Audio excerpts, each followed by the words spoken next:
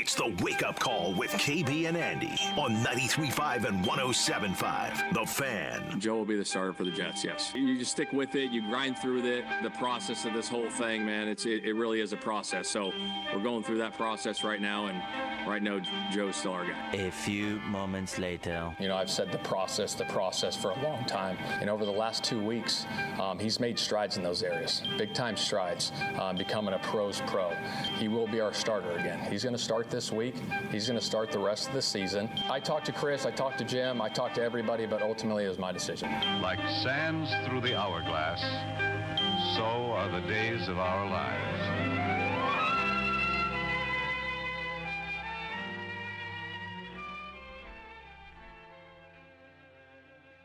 Picturing my mother. Kevin, get out of the room. I would like to watch Days of Our Lives in peace and quiet. Didn't we just talk about that yesterday? Colleen or was Bowen's I dreaming that? Favorite show. She would record it.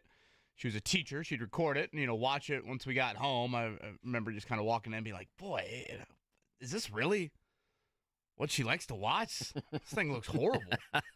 And now you were watching Laguna Beach 2 days ago. Now, first off, now we're watching The Hills, which is, 1,000 times worse, frankly. Close enough. And now we are living it. Mark Dykton, excellent, excellent, excellent. The hourglass has once again been turned upside down.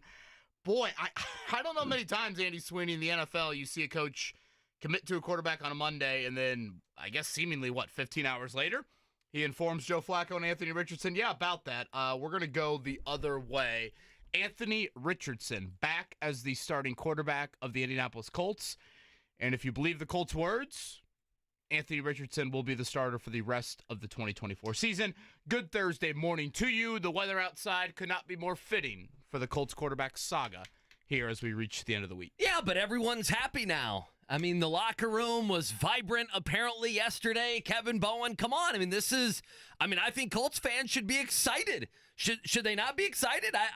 All we heard for 2 weeks was, after Anthony played so poorly for a number of games, all we heard was, Joe Flaco comes in and Joe Flaco stunk it up, and I thought he was a professional yesterday, talking with the media and everything. But, everyone has been clamoring, especially the last week or so, for Anthony Richardson. So, I don't know if it provides a spark or not, but I am expecting, given that the narratives is that everyone's happy and everyone is behind Anthony Richardson, I am expecting the Colts to go out there and play their best game on Sunday.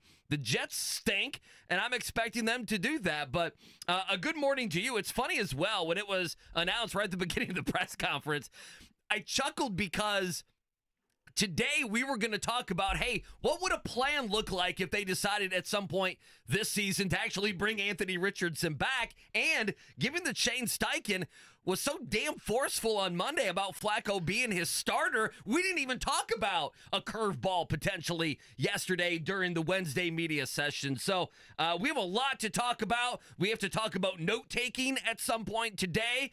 But really, I think Colts fans are excited they get their quarterback back. And, he had 2 weeks to learn. Let's see what Anthony Richardson's got for us on Sunday. The handling of it, awful.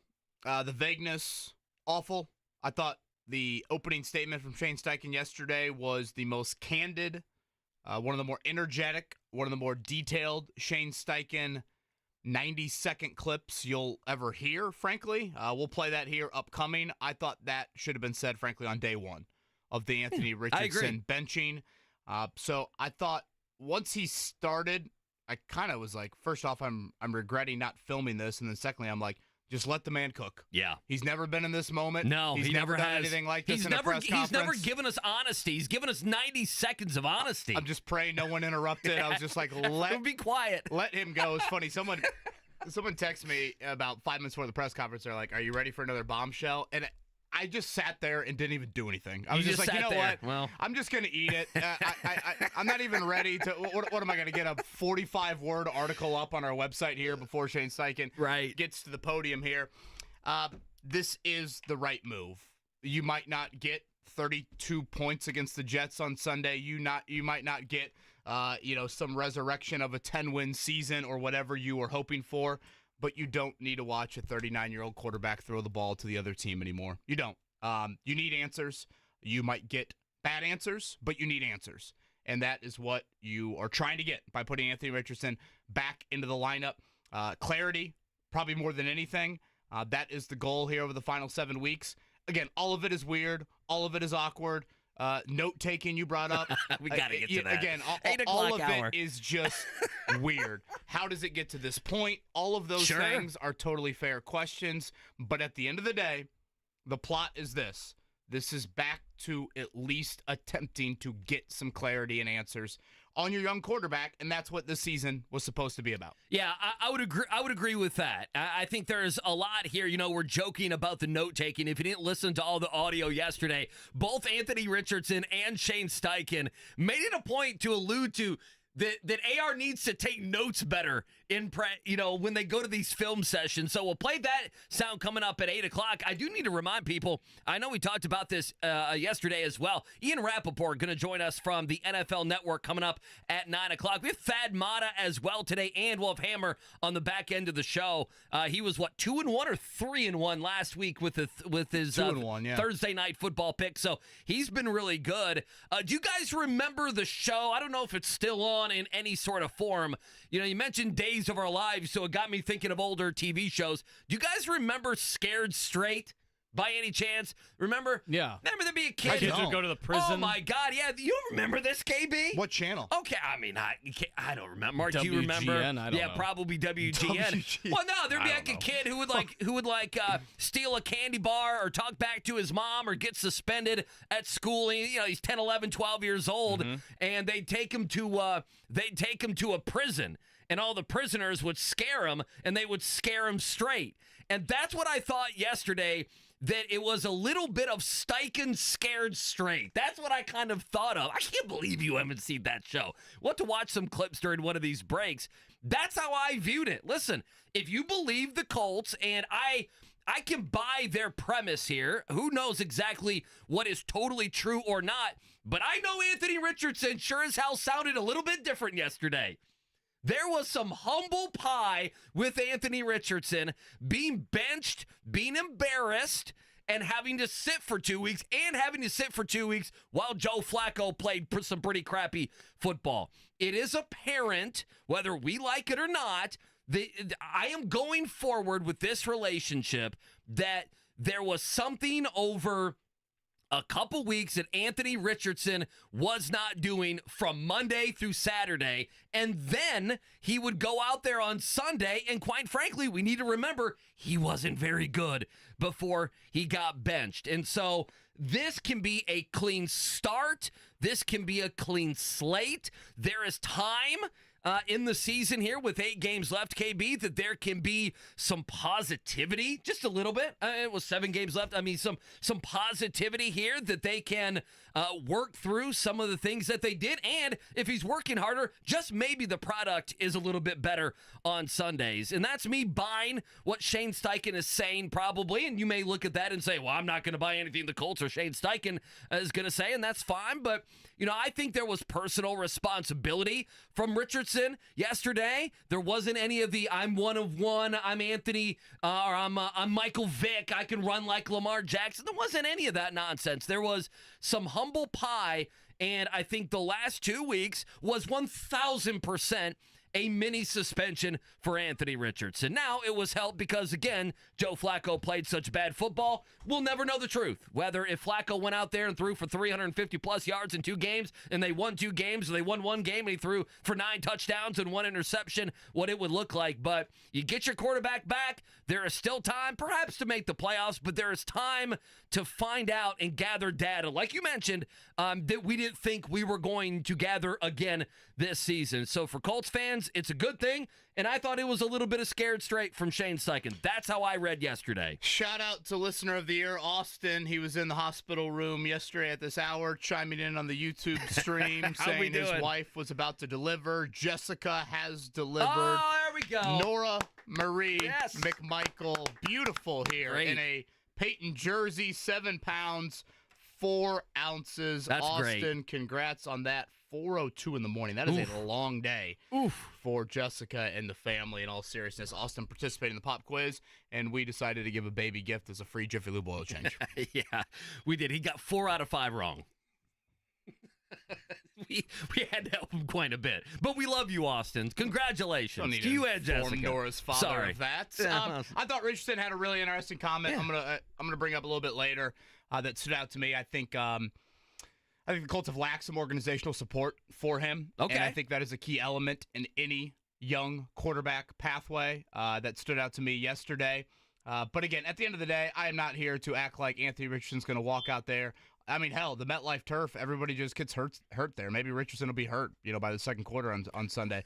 But nonetheless, you have a healthy, young Anthony Richardson. You play him. Period. You play him, and you get answers, and you get clarity. And again, it might not be good. As I said 2 weeks ago, I'm talking to both sides of the aisle. If you want Richardson and you think there's more there to his development, you play him. Yep. And if you don't like Richardson, you think he's done, you play him so then the Colts get to that answer quicker because they don't think they're there. Obviously, they're going back to him. I was adamant, 2 weeks ago. They are going to turn back to him. They are not done with him. This is not 10 starts and we're washing our sins. No. No, it was a matter of when. They believe that they will go back to him. The question was, when would that happen? And one thing that Steichen said yesterday that I just don't believe him, Joe Flacco's poor play contributed to Anthony Richardson 1,000%. back in the lineup 1,000%. this quickly. Yeah. If Flacco was 1-1, if Flacco had lost a shootout to Josh Allen and the Bills, we would not be talking about Anthony Richardson here. I mean, he committed to him on Monday. Monday, 24 hours after the game, he still was with Joe Flacco here. I don't know if he needed to see the notes from the previous week and make sure Anthony's handwriting was legible or what, but he obviously wasn't making this decision or thinking about it. There's been Mondays where he said, hey, I'm evaluating everything. He didn't even say that on this Monday. So Joe's our guy. Very similar to if Jeff Saturday would have won one more football game, I firmly believe Jeff Saturday would be the head coach and not Shane Steichen. I firmly believe that Joe Flacco would still be the quarterback had his play not been so horrific the last 2 weeks. Yeah, again, 8 o'clock hour, we'll get into the note-taking. I heard you on with JMV yesterday. Now they have, you mentioned note-taking. I know both your parents were teachers, KB. Taking notes was horrific. I'm sure we all felt that. And I just have such bad handwriting. Well, now with you get to take a computer, now there's the AI programs that just take the notes for you. Have you guys seen any of these? Are those illegal on college campuses? Like, if you go to IU right now, can you just open your computer and turn on the AI program, and it just takes the notes from the professor? Because if so, that would be fantastic. I feel like I would ace every college course I ever took now. I know. Go back to college and get another degree just to do it, Yeah, I feel like just to test out the AI. Yeah, I'm going to venture to guess there is a lot of that from an easiness on that end. Can I just say one thing? I want to see them go out there. And Coach Venturi was on with JMB again yesterday. I want to see them do some of the stuff they did last year with him. I think if you're going to find out about Anthony Richardson, part of that, and I hate bringing it up here and we need to take a break, is the health as well, right? I mean, we've not joked, but we have already said, well, how much is he going to stay healthy here over the next several weeks? I think you got to play him if you're Shane Steichen the way you played with Jalen Hurts. I think if you think you need to run him 8, 10, 11 times a game, whatever that number needs to be, then let's do it. Let's not just turn him into a drop back passer. Let's use all the tools that we have with this quarterback. Let's unleash it and let's see what he's got after 2 weeks of sitting. So an odd day yesterday, but a good day if you're a Colts fan. I think 90+% wanted to see Anthony Richardson back. Under center. Do the Colts get flexed back into Sunday Night Football now that they have more entertainment at quarterback? Well, no. Not only did the Colts get flexed out with the Jets, did you see the Pacers got flexed out? Them in Milwaukee got kicked from ESPN so they could play the Pelicans and Warriors. I'd make the argument the happiest person about the Colts quarterback saga right now is Tyrese Halliburton. Pacers lose last night once again under 100, 94-90 in Orlando. Halliburton's up and down is probably a compliment to call it the first 11 games, but it was once again a down moment. And right now, they're just not in a personnel state to survive up and down Halliburton. I mean, Siakam is doing everything he can. For the most part, Mathurin wasn't great last night, but he certainly wasn't poor. He's giving you a scoring punch that you desperately need. They're just not equipped to handle Halliburton's 3 of 14 nights. And seemingly every other night is that for Tyrese Halliburton right now. So the Magic, one rebound. Magic went zone, and it looked like IU in 2013 of the Sweet 16 against Syracuse. Tom Green didn't know. Tommy didn't know that Jim Boeheim was going to put that zone on. Rough for the Pacers as they lose last night in Orlando. They will return home. Miami tomorrow night. Miami on Sunday here coming up for the Pacers. Yeah, I thought they also got punked a little bit. I thought the Orlando got in their face a little bit. So we'll talk about that as we go. Coming up on the other side again at 7:30, we'll play the full 90 seconds of Shane Steichen. I thought some of the better audio that we've had from the head coach in the past year and a half or so. On the other side, we'll let you hear Joe Flaco, Anthony Richardson, and a little Steichen as well. What did it sound like yesterday as a quarterback change was made? The Pacers lose. We'll talk about that, plus your news and scores from overnight. Appreciate you waking up with us on this Thursday, 93.5, 107.5 The Fan.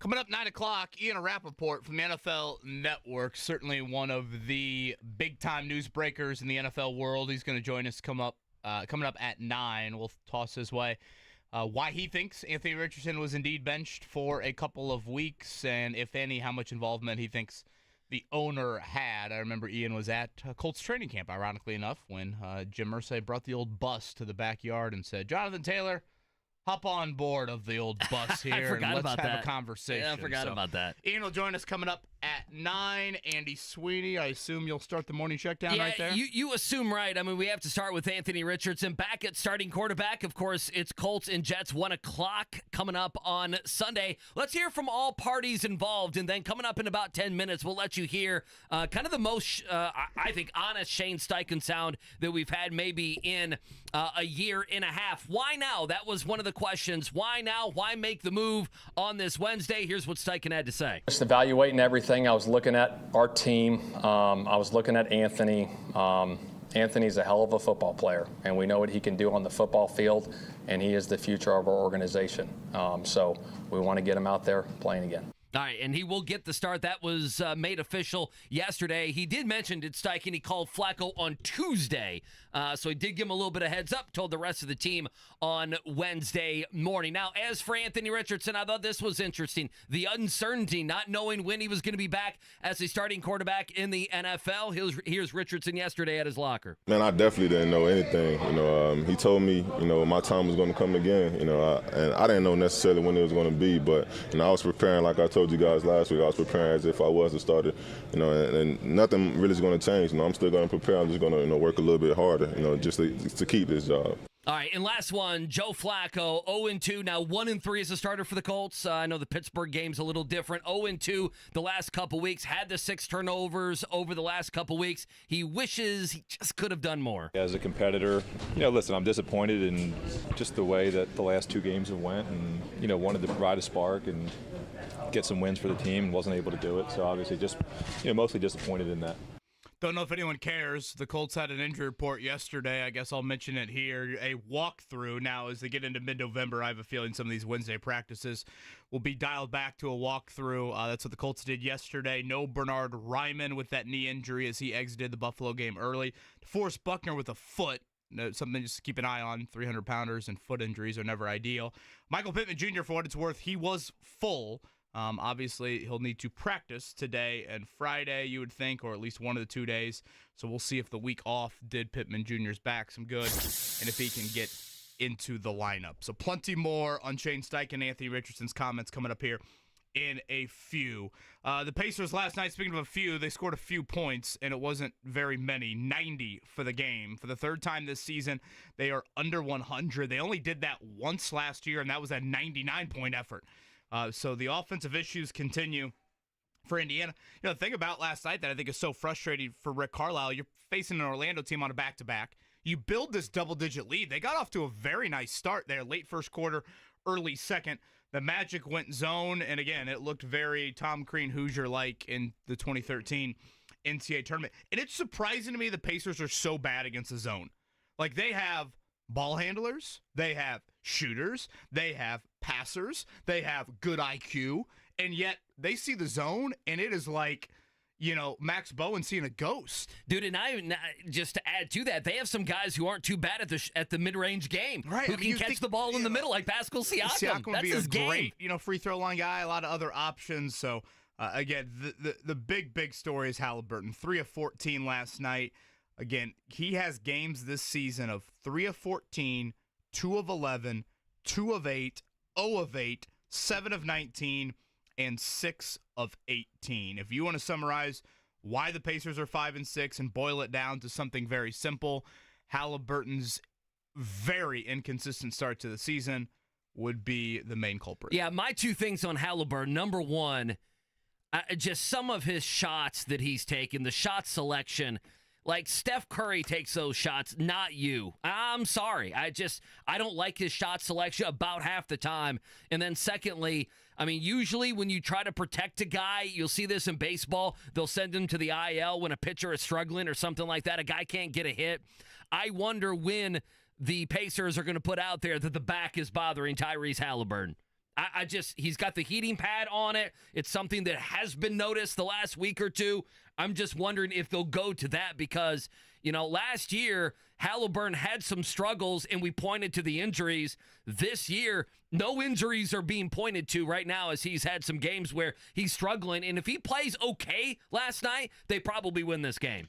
Miami tomorrow night, 7 o'clock tip. Sunday, a 5 o'clocker against the Miami Heat. Again, 2 games in 3 days with the Heat. Yeah, I didn't have much more other than, did you see the Cavs last night, NBA, 13-0 now. Okay, so they're 13-0. LeBron James had a triple-double last night, the oldest player to have game, that. Right? Yeah, not too bad. And then Wemby had 50. And then on top of it, the news came out yesterday that Greg Popovich, about 12, 13 days ago, had a mild stroke. That's the reason he has not been on the sideline. So, his family members who have dealt with that, I can't imagine you're going to see Popovich again.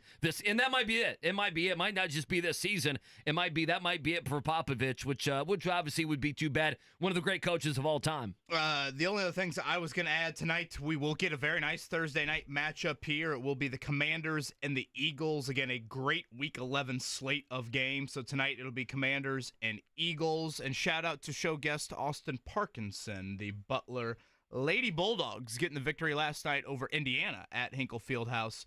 There we will start to get into, I would say, major college basketball for the local teams here on the men's side. Upcoming, again, it'll be Purdue hosting number 2 Alabama tomorrow night. I thought I saw last night that Kevin Lee is on the call, courtesy of Peacock for that is he? one. Okay. And then you will get Indiana hosting South Carolina. That is also a Peacock game on Saturday, and Butler is hosting SMU. So the first, I think, true test, and you can debate the varying degrees. Obviously, Purdue's test ranks much higher than the others, coming up starting tomorrow night. All right, coming up on the other side, what did it sound like as Shane Steichen made the move yesterday back to Anthony Richardson? We'll let you hear that, plus a comment from Anthony Richardson that raised our eyebrows. We'll talk about both of those items, and we'll do it next. Appreciate you waking up with us. It's the Wake Up Call on this Thursday on The Fan.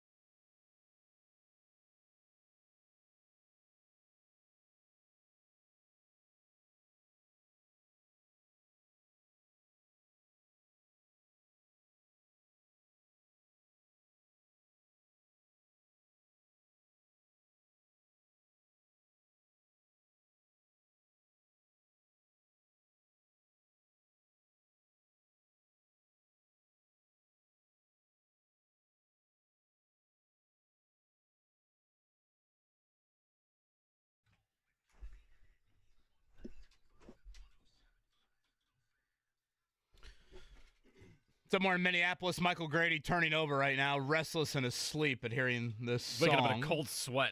Anthony Richardson, indeed, back under center. Colts and Jets coming up Sunday at 1 o'clock. Andy, I said to you yesterday, because we got a little bit into this transparency debate about the Colts, and there are moments where I was like, hey, let's not lose the plot. The plot is still an issue of Joe Flaco should not be starting. You need answers on Anthony Richardson. But as we got into the messaging debate on the Colts, I said to you, we needed to hear a Shane Steichen comment that was reminiscent of Kevin O'Connell post-game Vikings-Colts when he went up to Anthony Richardson.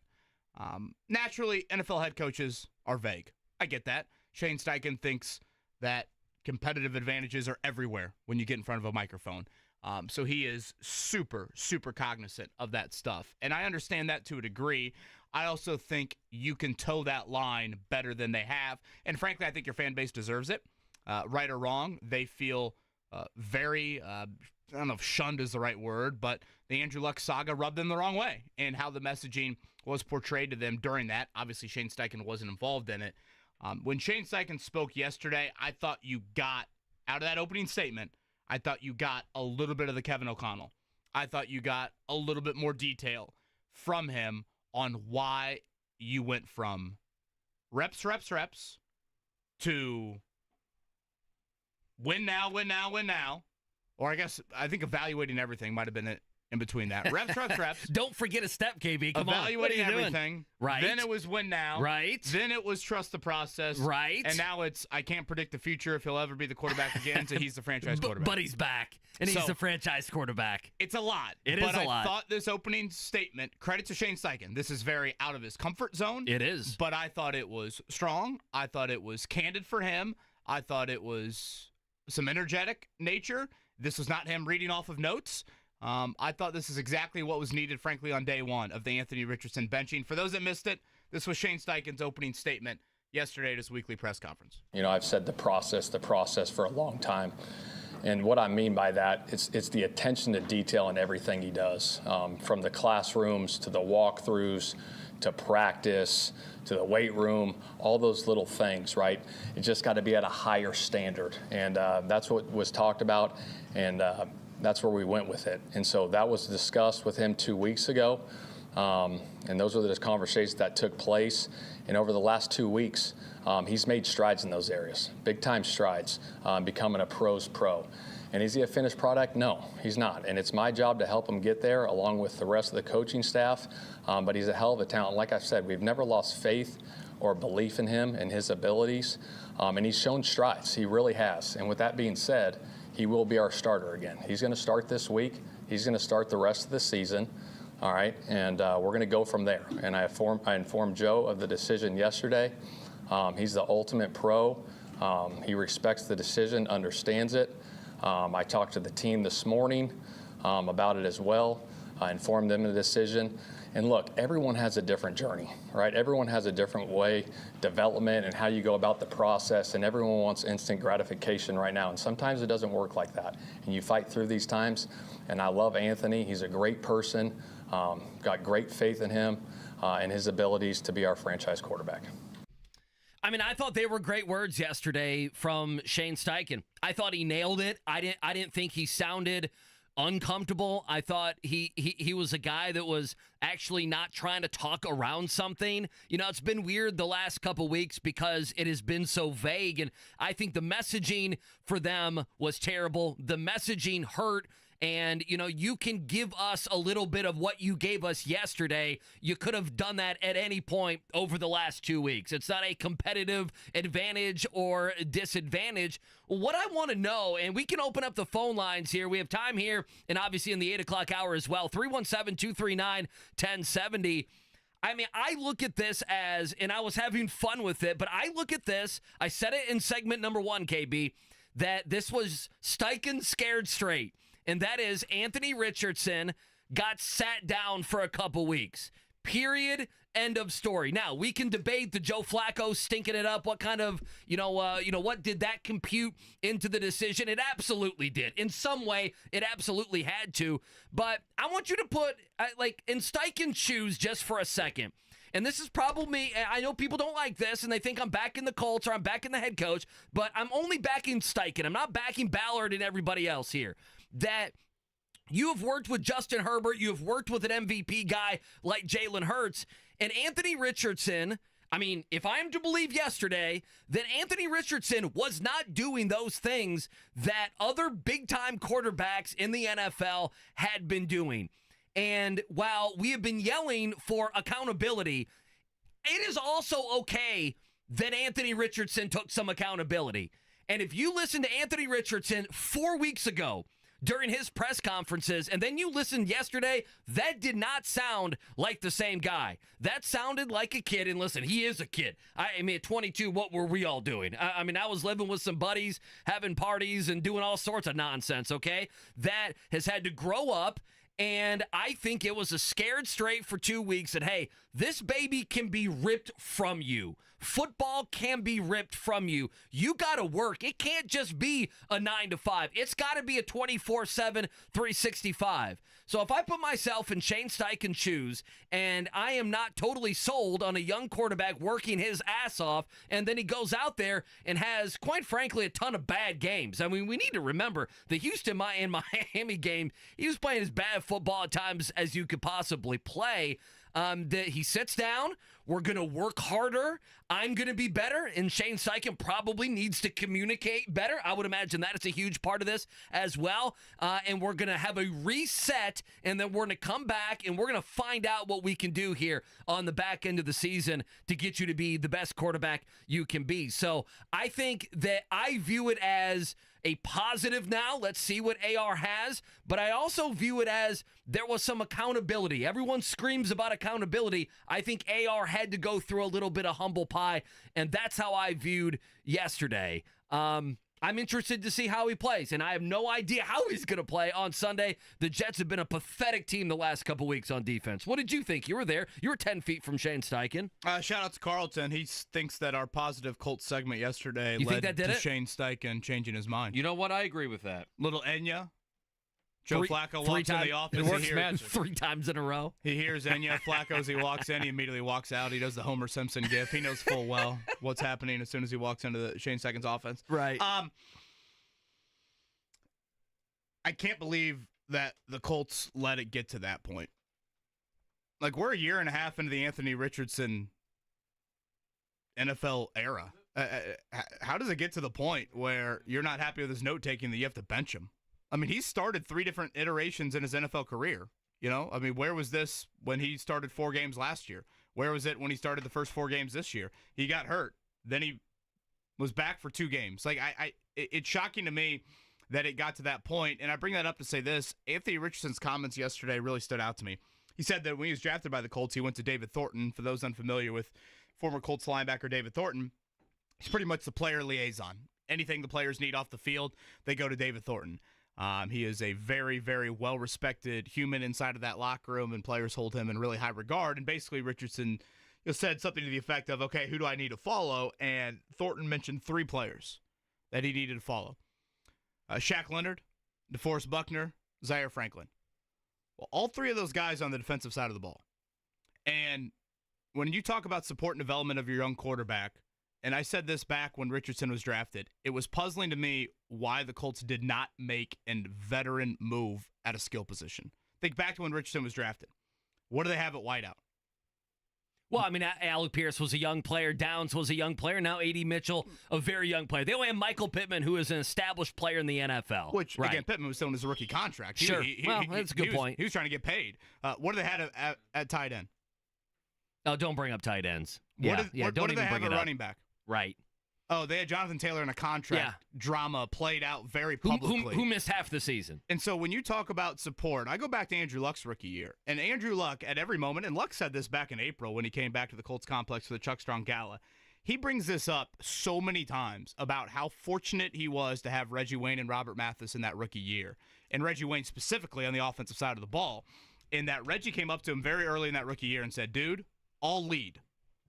You come find me when you're ready to lead, but I will lead. And Ryan Grigson cut numerous veteran Colts players, numerous. I mean, there was that Black Monday, if you will. Maybe it was a different day of the week, but whether it was, Dallas Clark or Gary Brackett or, all of these long-term Colts players that all of a sudden that franchise decided to be done with, Reggie Wayne was kept. And when I look at Anthony Richardson, is there individual maturity that he certainly needed and needs? Undoubtedly. But this is also a quarterback that did not grow up in any sort of major quarterback culture and climate. The reps in college were scarce. Florida was not a good football team. Billy Napier wanted nothing to do with coming on to our show to talk about Anthony Richardson. It was not a good environment for him. And I think the Colts needed to go above and beyond in providing veteran offensive voices around him. Gardner Minshew didn't want to do that. Joe Flacco doesn't want to do that. Right. They don't. And that's not their job, by the way. And you know what? Yeah, Fine. I'm okay? a believer in that. Teacher pupil's not for everything. No, it's not. Now, if you make a veteran quarterback signing, part of me thinks the Colts need to look at those guys and say, hey, this is going to be part of what we're asking you to do. I know, and say to them, do you want to do this? Because again, and for Flacco, I get it. You were the starter in Baltimore for 10 years. That's a little bit of a different story. So I think there was some lack of organizational support. And yes, Anthony Richardson, individually, you would love him to just look in the mirror and find all this out himself. But that's not a given. So I sat there yesterday. Certainly Anthony Richardson's words sounded differently, but I think I was reminded, too, that organizationally, the Colts should have done a better job in supporting him from day one and not say, hey, here are your skill players. None of your wideouts have earned a second contract in the NFL. None of your tight ends anybody want on their fantasy football teams, and your running backs having the most public contract dispute this organization has seen in years. Mo Alley-Cox is not on your fantasy football team. I might need to put him on mine, the league that we have, 2-8. I think you needed to be in about a 54-team league. Well, let me ask you this then: How do they fix that? Because they're still in the same spot, right? That's what I'm saying. Here we are a year and a half, and now it's reached the point, Andy, where they felt the need to publicly bench him, and by lack of messaging, they have let rumors run rampant for the last 2 weeks in exactly what the issues are. Finally, we hear that statement from Shane Steichen. And that statement, there was part of me when he got done, I wanted to stand up and clap and just say, about time. I would have liked to have seen that. That we got something of substance. And again, I am not absolving Anthony Richardson, but you just brought up what you were doing at 21 and 22 years old. Yeah, I remember. And imagine throwing the young father on top of that. A lot of that is there, and I just don't think you have had enough organizational support for him. And, maybe it's needed all these parties to have a wake-up call now a year and a half into his. But, for you to preach reps to the nth degree, and again, in my opinion, rightfully so, they've preached reps. And for you to put that on pause, that's a jarring move to make. And a healthy Anthony Richardson shouldn't be on the bench. We have enough questions about him availability-wise. When he's healthy, he needs to be out there. And so, again, to sum it all up, this is the right move. It's gotten here in a very messy, awkward state. But now for the final 7 games, you need to start to get answers. And I think then in the offseason, you need to take a long, hard look at what you have from a veteran standpoint offensively. Sure, there are some guys on the offensive line that are that, but I think the skill group is different. And I think that is an important part of making sure that your young quarterback knows the standard. Again, in an ideal world, he would know it. But that prized possession means too much to your franchise to say, you know what, I'll let him cross the street by himself. No. Hold the hand across the street, and then at some point, he will cross the street by himself. But that guy and that investment is too important to let it get to this point. I agree with you. I think what's interesting with your comments and my comments, I'm coming at it from the perception that I agree with you, KB.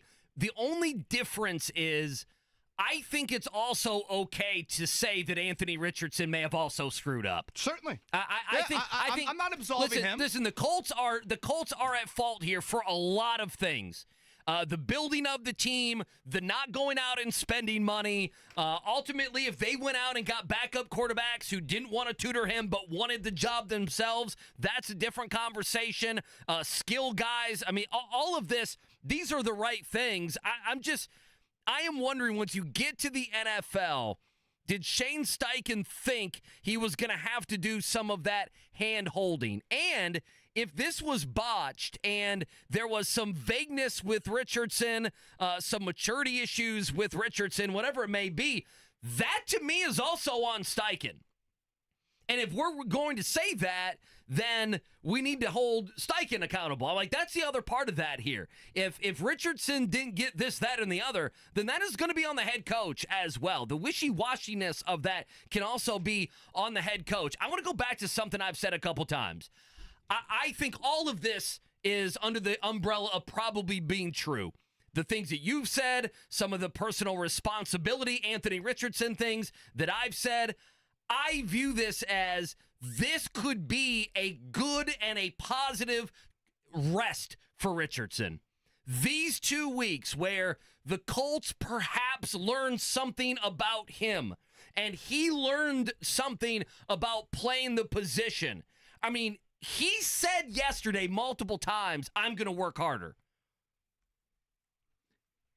How many times do you think you had to hear that from some of the other quarterbacks that have come through Indianapolis? None. I mean, I would dare say that there's not too. I mean, there have been some stinky quarterbacks here, but I would imagine that Phillip Rivers was working as hard as he could. We know that Andrew Luck and Peyton Manning were. I guess that's my point here. Is this was a grounding? This was a you're going to grow up, and we're going to ground you for a couple weeks. And if this works, both parties found out about themselves and found out about each other. And I think there is a chance that we can move forward with Anthony Richardson being the franchise quarterback and learning. I mean, I'm hearing from him yesterday that he's going to work harder. Does that mean he wasn't working as hard as he probably could have? Well, the answer to that's yes. And to me, that's not meeting the Colts halfway. And the Colts haven't met him halfway by not having veterans around him, and quite frankly, by not having a good tight end around him, not having a good backup running back around him, and probably not having another wide receiver around him. They're at fault too. But the Colts are at fault. Anthony Richardson admitting, well, now I'm going to work harder. That tells you why the completion percentage was probably 40%. Right. And again, I'm at it from a... By the way, how about this announcement for Visit Indy? The NFL Combine going to stay here for 2026, fresh in the inbox. I love that. On that end, I don't think he knew how to work. I would agree. Like I would probably agree. Who asked the question to Richardson yesterday, or to Steichen? Do quarterbacks know that coming out of college? Somebody asked that, and I thought it was a good question. Florida is dysfunction. Yes, Billy Napier is a bad coach at Florida. He didn't grow up in this quarterback culture that seemingly hell, we got quarterback coaches all over the Indianapolis area right now. Providing tutelage to these young QBs, and so to me, you have 1,000 members on your coaching staff. You have all this support staff. You've got passing game specialists out the wazoo. You don't let it get to that point where it becomes so public. This is the standard. If Gardner Minshew and Joe Flaco don't want to, put the arm around him, whatever.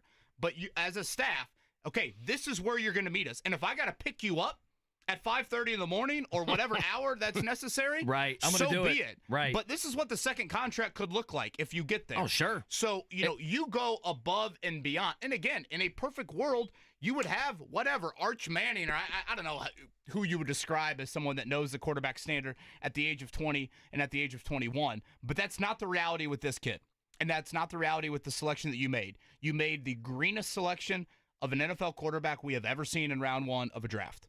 So you have got to make sure that you do your part. I'm not sitting there saying, yeah, I'll let Max Bowen grab the lighter a few more times. He's not going to burn himself. No, I'm going to take the damn lighter out of his hand and say, no, don't grab it. That's how you had to look at it with him. And again, I'm not acting like it's 100% on the Colts, but I think they needed to go above and beyond early in the Richardson career to set the standard for him, show him what it's like, and then, through osmosis, he learns that. He sees that. Not to get to this point where he's healthy and he's sitting. No, that was never a part of the plan. It's the nuclear option. Healthy with what and happened. sitting was never part of the plan. Let him get into this public, flogging, for lack of a better term, over the last 2 weeks with him as well.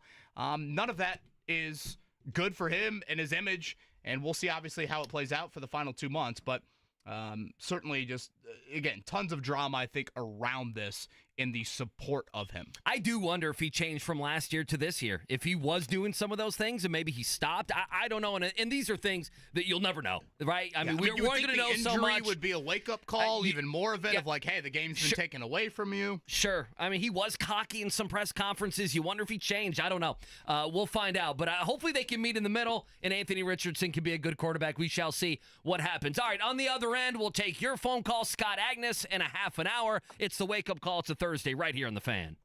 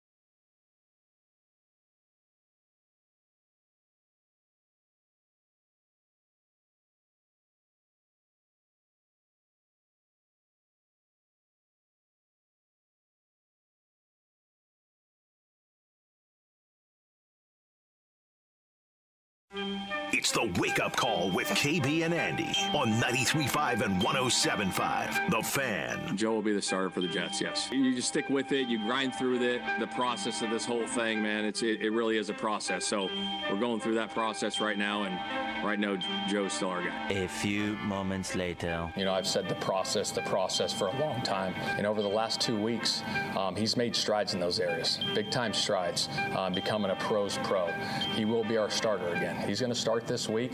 He's going to start the rest of the season. I talked to Chris, I talked to Jim, I talked to everybody, but ultimately it was my decision. Like sands through the hourglass, so are the days of our lives. So you're telling me Days of Our Lives began in 1965? Oh, I had no idea. I thought it was a little bit more modern. Oh, no. I mean, these soap operas have been on for like 60 years. yeah. Incredible. I remember my grandmother watched all those. Oh, yeah. That so was back I heard in the 90s. Excellent work by Mark Dykton on this re-entry. We're playing to start every hour. You know, I heard that at 7 o'clock, and I was struck by just how old it sounded. It did sound old. It really did. That was from the 80s. It sounded very old. 1965. Unbelievable. Are they- IMBD's rating it a 5.3 out of 10. Hey, could I ask you guys We something? got to boost that a little bit. Could you start one of those today? Could you just start a soap opera today from nothing instead of the ones that have been around, like you mentioned, since the 60s, 70s, or 80s? Could you just start a new one now in 2024? Or is some of our trash TV the new soap opera, I guess? I feel like they tried that back in like the 90s. I remember I would stay home Did from they? school and there was one called Passions, and it was like Passions. Yeah, and it was like there's like witches and trolls and everything like that. I'm like, what the hell is this? It did not last. I mean, Passions sounds exactly like a strip club.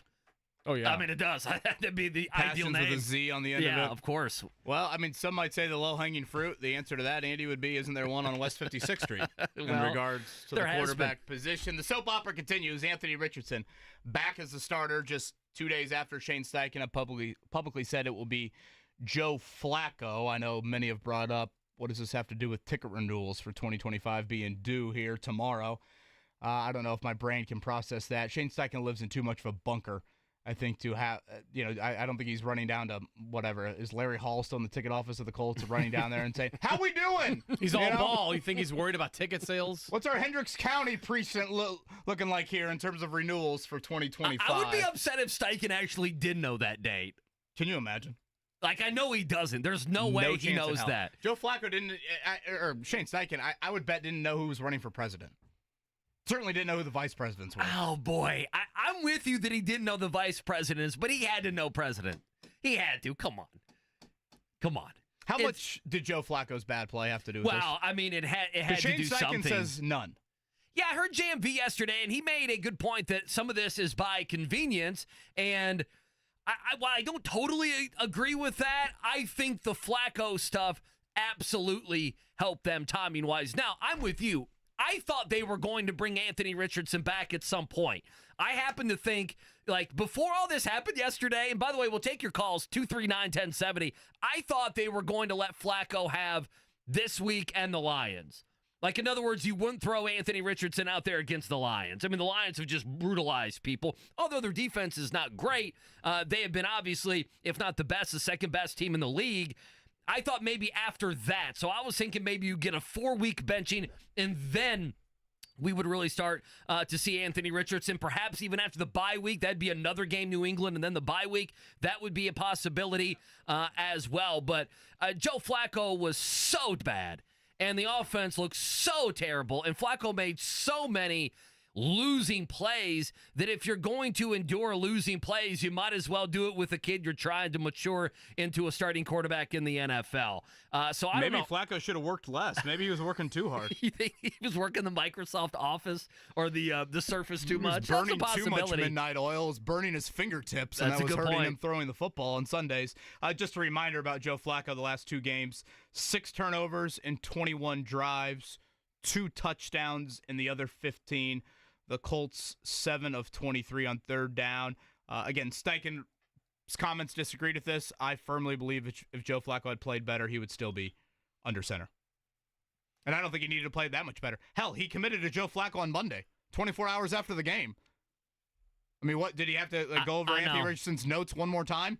I know. Oh, he highlighted that? I didn't see that at the first. So what do you make of the note taking? I mean, did he not open his iPad? Do you have a read on what was going on there? Because Steichen and AR both mentioned that he needed to be better at, and they specifically both mentioned note taking. Yeah, laser focus and walkthroughs, et cetera, et cetera. You know, there's probably a little bit of a lackadaisical nature to Anthony Richardson. I think that's probably fair to say. And again, just more attention to detail with some of that stuff. It was interesting. I was listening to Aaron Rodgers with McAfee earlier this week. I was curious if he said anything Colts specific with that, and it got brought up, kind of the young quarterbacks, and I think the Richardson angle, the Caleb Williams angle, a little bit on that. And Rodgers mentioned, you know, he is a yellow legal pad note taker, and I think there are some people out there in the world that view it as I need to have 3 points of reference. I need to hear it. I need to write it down. I need to say it to myself. And then obviously then you revert back to those notes. So I am by no means in a position to want to debate the note-taking regiment that is necessary here. But yes, we played the Shane Steichen, opening statement earlier. Clearly there needed to be some more focus on that end. I guess as we transition to Sunday, Andy, what do you want to see? What do you need to see? Okay, what I need to see is I need zone reads. I need him on the move. I don't need 5-step drops only from Anthony Richardson. Listen, you got to let this guy go. Part of collecting data on this kid is, can he stay healthy? So it's not like the Tua thing where, you're going to put him in harm's way, but I need to see you run an offense that looked like when, you were calling an offense for Jalen Hurts. And I got to be honest, I've thought about this all week. I thought this was easy. I was going to take the Jets to win.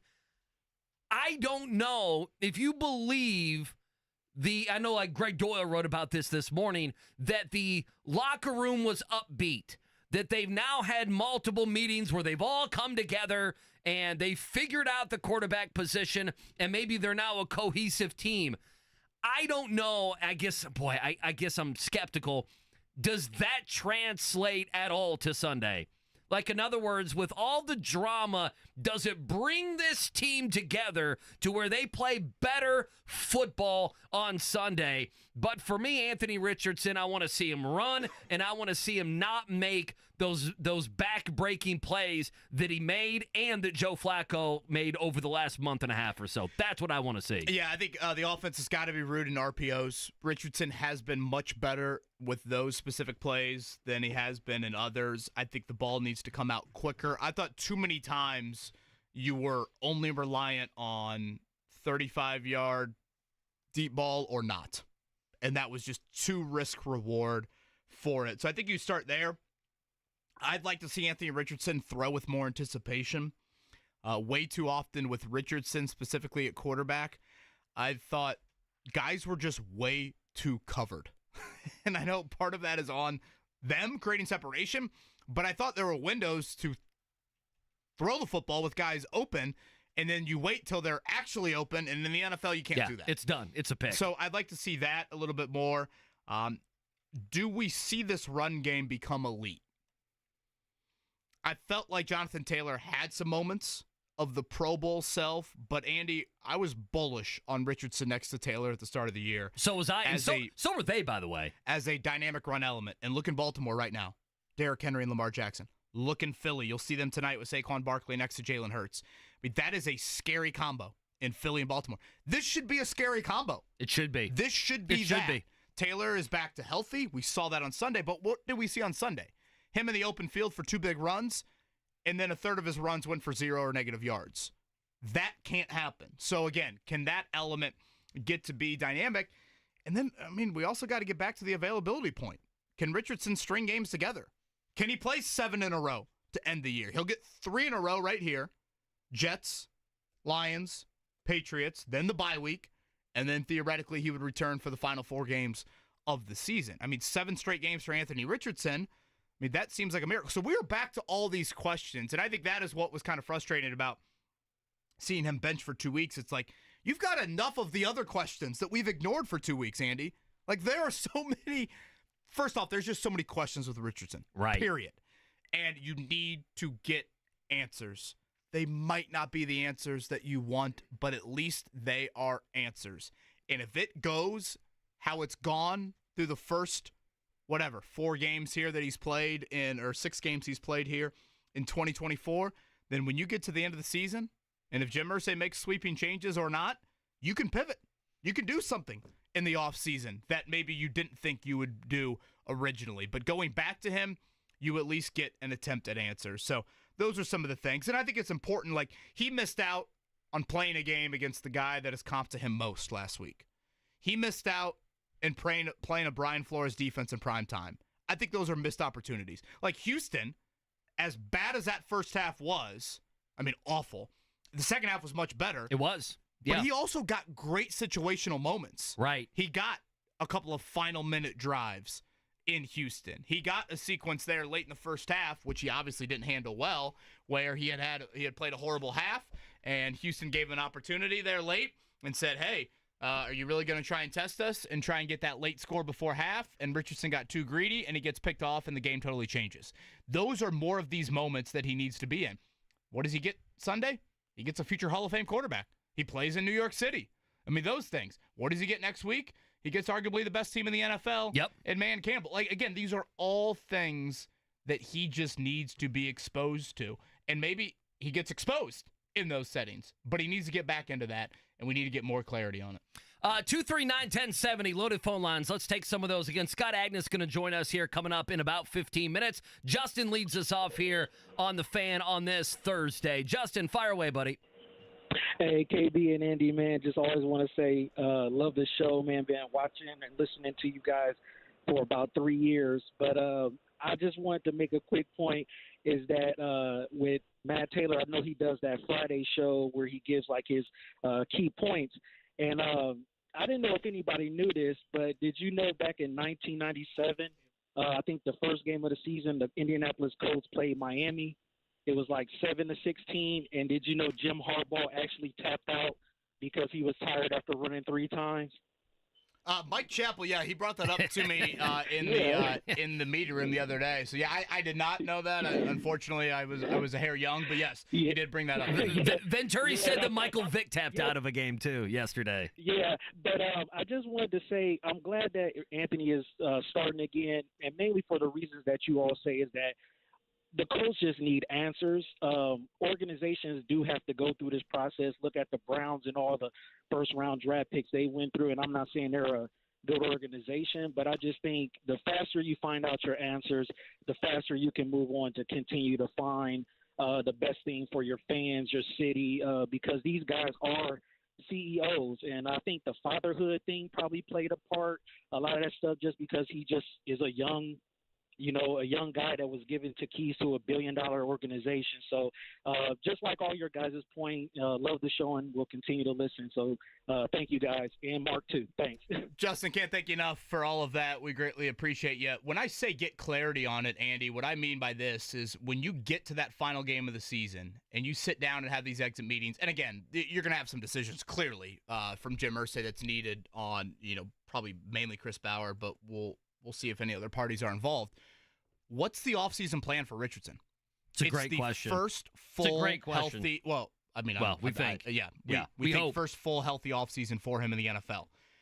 And I look at it this way: if you get to the end of the year and you feel like maybe he has shown better play on the field, but you still need more out of that quarterback standard, if you will, Monday through Saturday, then you just set him up with all these quarterbacks. Peyton and, all of them, a list of all of them. Hey, man, you're going to meet with all these guys, and you're going to make sure you understand what it takes to survive and thrive in this league for a decade plus. You could go that route. Or maybe he gets to the end of the year and you love his quarterback standard Monday through Saturday. This was a wake-up call off the field he needed, but the accuracy is still a little shaky. Okay, at that point, you say, hey, we know you've gone with Will Hewlett, your quarterback coach down in Jacksonville for all these years. Let's pivot. Let's go to Tom House. Let's go to somebody else to kind of rebuild these fundamentals. We like what you're doing off the field. We like you as a runner. You've made strides in those areas, but now let's go there. Like, these are all the answers to me that you need to find. And then if it goes horrifically, then you totally pivot and you say, whatever. You sign Sam Darnold. Hey, I'm joking. Justin Fields. Hey, Jacksonville, you done with Trevor Lawrence? Would you take Trevor Lawrence? Is Trevor Lawrence going to be a resurrection project somewhere? You know what I think of Trevor Lawrence, but he has also had horrific coaching in the NFL. I say that I didn't think Doug Peterson was this much of a bum, but Trevor Lawrence has been disappointing in the NFL. I feel like he could be like the next Darnold, Geno Smith, Baker Mayfield. He could. We'll see. Again, he started with Urban Meyer or Urban Liar, and that was just so bad. JJ up next on the Fan on a Thursday. JJ, fire away, buddy. What's going on, fellas? What's up? I'll be real quick. I appreciate you guys always taking me into work. I appreciate you. Hey, first of all, on the whole soap opera, imagine being a 70s, 80s kid, had to suffer through all those guiding lights, Young and the Restless, Bold and Beautiful stuff when we had our days off from school. Yeah, that was tough. General Hospital. Amen. I was going to say, I love it. Mine was Regis and Kathy Lee. My mom watched that all the time. Oh, my mom loved Regis. And on another thing, and I'll be real quick, why didn't he just admit that he was sticking to the plan of development? He actually tried to cater to the season ticket holders by trying to do the win now, trying to find lightning in a bottle from Joe Flacco. Didn't work out. And now he's going back to what he was talking about at the beginning of the season, developing the quarterback. I would have more respect for Coach if he just come out and just said all that instead of him hold around. Yeah. And lastly, for Mark Dykton, what two players do we need to get our Cubs to turn that corner, man? Oh, God, two. Oh, man. Juan Soto and Corbin Burns, and they don't want either of them. Are we having Cubs talk on November 14th? The Cubs buying Juan Soto. Oh, yeah, right. JJ throwing a curveball at us there. Thank you very much for the call. Again, we'll probably, I think, at some point play that Shane Steichen opening statement again because, again, that statement to me yesterday, Andy, needed to be said on day one. He mentioned the phrase instant gratification yesterday, and I think he was referencing we want instant gratification from the young quarterbacks. Like, we're going to watch Jaden Daniels tonight, and how many times are we going to sit there and be like, damn? Yeah. Probably quite a few. You probably do that with C.J. Stroud. Oh, yeah. On different occasions. So, again, those guys are, mostly the outliers of a 4 or 5 man quarterback class each year. But I think the instant gratification thought, did it apply to the win? And was win now just a cover up for Anthony Richardson? Was it? Because I sat here at times and I thought to myself, I just don't know. And I say this because I think Shane Steichen, again, I don't think he should be fired. I think he's a quality football coach. I think he needs to learn from this clearly as a first-time head coach. But I thought to myself the last 2 weeks, Shane Steichen's not this stupid, right? He doesn't really think that Joe Flacco's all of a sudden going to resurrect the Colts because they did nothing of win now from March all the way up until 3 days before Halloween when they're shouting win now. And it's like, wait, what? The best guy they brought in was Sammy Womack. So, again, Shane Steichen's not that stupid, is he? So was win now just a cover-up for the process? Yes. For the professionalism. It probably. Yeah, I think Steichen thinks they've done a good job protecting to the media Anthony Richardson. That's what I think. They have not want to throw him under the bus, but they're probably frustrated behind the scenes what they have seen or not seen from him. Let's go to Frank real quick before we get to a morning check down. Scott Agnes going to join us in 10 minutes. Frank, fire away, buddy. How are you? Hey, that was actually a great segue into what I wanted to say. I think it absolutely was a cover for Richardson, and I don't think Steichen is stupid. I think it was actually harder to stick to the process if they were trying to win now. They didn't put him in the goal line packages. They didn't put him in short yardage. They didn't put him in when Joe Flacco clearly wasn't going to give them that lightning in the bottle.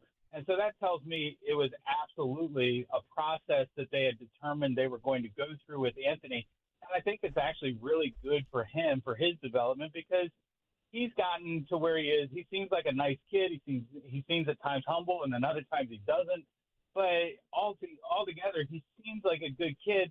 But he's a kid. He's immature. Yeah. And so this is maybe the first time that he's ever been told, no, your athleticism and what you bring in that front doesn't get you on the field. You have to do this. I think it's a great point. I totally agree. That Frank makes. Totally Should agree. they have gone further with the benching? Should they have made him inactive? Should they have taken away his captaincy? It's a great question. Yeah. Do you send even more of a message, or was this kind of like a, hey, go to your room, but like when you come out of the room, I want to sit down and watch popcorn. Yeah, and a movie like everything's going to be okay. And I know he was asked about it and didn't really give a great answer. I wonder if part of them feels like we could have maybe not started him game 1 last year and brought him on a little bit slower. We can disagree on that, but he gave kind of an answer. Well, sometimes you regret things and sometimes you don't. He didn't want to go there. I was kind of getting at that point earlier of why now? I mean, again, there's been 3 different iterations of him as a starter. Right. There's been 3 different reset points of him starting. I find it weird that it took until this point for you to make that decision. And I know, again, Joel A. Erickson, asked that question on different occasions a couple times yesterday. And, Shane mentioned, the offseason was good. And it's like, again, can you make sure that you, nip it in the bud a little bit earlier before you get here? Scott Agnes, in a few, as Andy said, he was following Caitlin Clark around the golf course yesterday in Florida, and then he went to the Pacer game. It's a busy man. Did you see the Caitlin Clark, not only the tee shot she had that almost hit the guy, but the guy that almost got hit, the guy right next to him, had the phone out. And so, the golf ball goes right by this guy's face. It's fantastic. It's incredible she footage goes, on that. Sorry. I'll give her credit. She went quick to the pocket. Yeah, that looked like Tyreek Hill in the open field. It did. How quickly she went to the pocket on that one. So Scott Agnes and a few. Ian Rapoport, the NFL Network breaking news guru. He's going to join us coming up at 9 o'clock. Before all of it, let's hit a morning check down.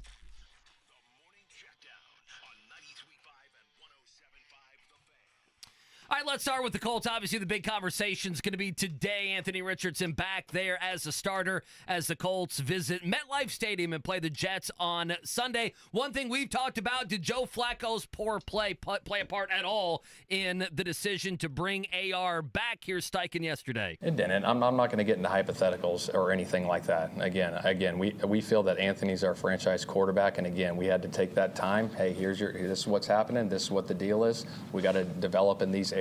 You got to show improvement in these areas, and he's done it with good stride. No one believes that. That's the most unbelievable thing that Steichen said in a year and a half. Anyway, you imagine Flacco throws for 300, 3 touchdowns, and they the win Colts both those games, and they're 6-4. They're the We're 6th going seed. to Richardson. They're the 6th seed in the playoffs. Yeah, no one believes that. It's about the future, the franchise. Sorry, Shay, no one's going to buy that. Anthony Richardson yesterday meeting with the media as well. What does he want to prove moving forward? The only thing I'm willing to prove now is just that I'm willing to be the guy for the team. Anything they need from me, anything they ask of me, I'm going to try to do it the best way I can. Whether that's leadership, note-taking, meetings, play style, anything that they need from me, I'm willing to do that and showcase that for the team and for the fan base, because we all trying to win, that's the goal. I thought play style was a weird phrase to kind of throw in there, and maybe that's just kind of a throwaway comment. If you're really looking into Richardson's words yesterday, sacrifice was a big word he used on several occasions there, mentioning how vets, he has seen vets sacrifice, and he realizes, he's got to meet them there from that standpoint. So, all in all, it's a Wednesday. We can only listen to Richardson's words. I think you do walk away, and you certainly sense some humility on that, but does 2 weeks cure all? I probably, I wasn't born yesterday on that end. All right, last night in Orlando, we mentioned Scott Agnes was there. You'll join us in a few. 94-90, the Pacers lose. Probably the happiest person about the Colts quarterback saga right now in Indy would be Tyrese Halliburton. He continues a very inconsistent start to this season. 3 of 14 last night. Offensively, the Pacers have now had 3 games under 100 points this year. Last year, they had 1 such game in an 82-game season. They've already had 3 in their first 11. The Halliburton stat lines here this season, he has had games of 3 of 14, 2 of 11, 2 of 8, 7 of 19, 0 of 8, and 6 of 18.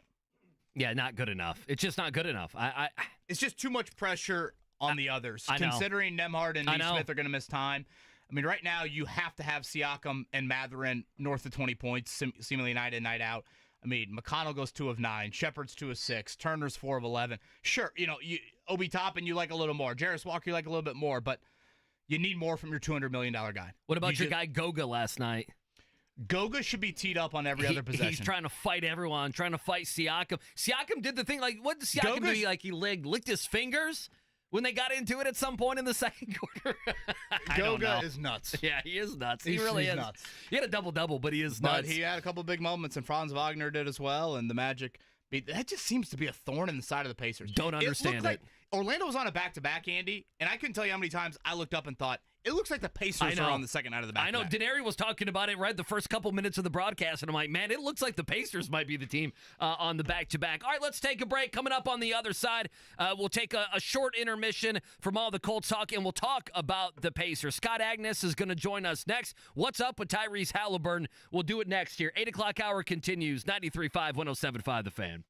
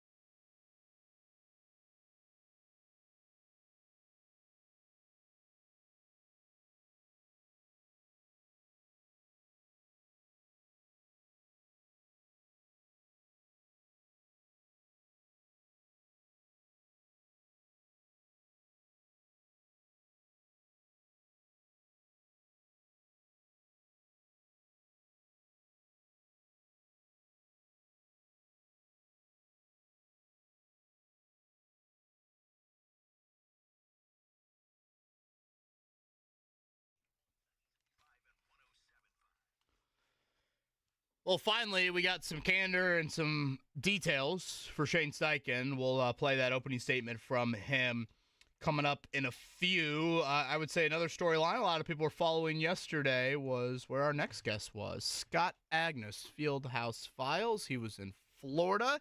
He was following Caitlin Clark around in the Pro-Am of the LPGA event yesterday. I'll be honest, guys, when I saw that opening tee shot, I thought, did we just lose Scott Agnes?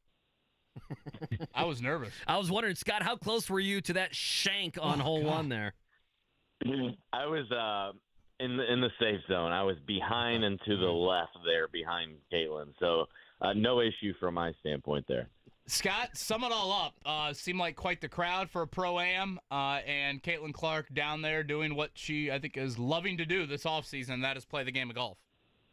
Absolutely. I think it went far better than anyone could have exceeded there or expected. Just coming in, the fact that these Pro-Am days generally pretty quiet. You'll have a few fans, maybe friends and family, or maybe like, for example, she played with Nelly Corda, the world's number one for the front nine. Number one player is going to attract some fans, right? But maybe it's a half dozen, maybe it's a couple dozen.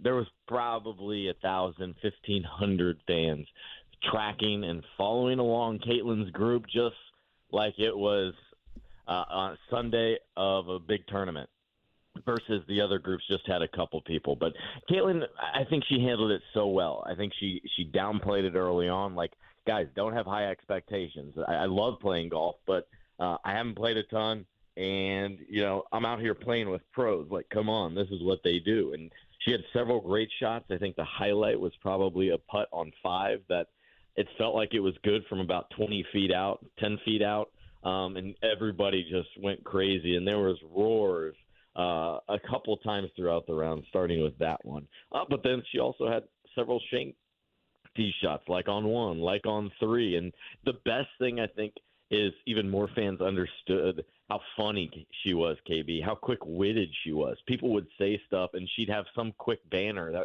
that you were just I think that was just revealing of how funny she can be. So it was a success all around, and she was in and out, and it was done after a 4-hour round and had a great time. Yeah, I saw a video. She's just being mobbed afterwards, signing all those autographs. Yeah. And honestly, it looked like Tiger Woods.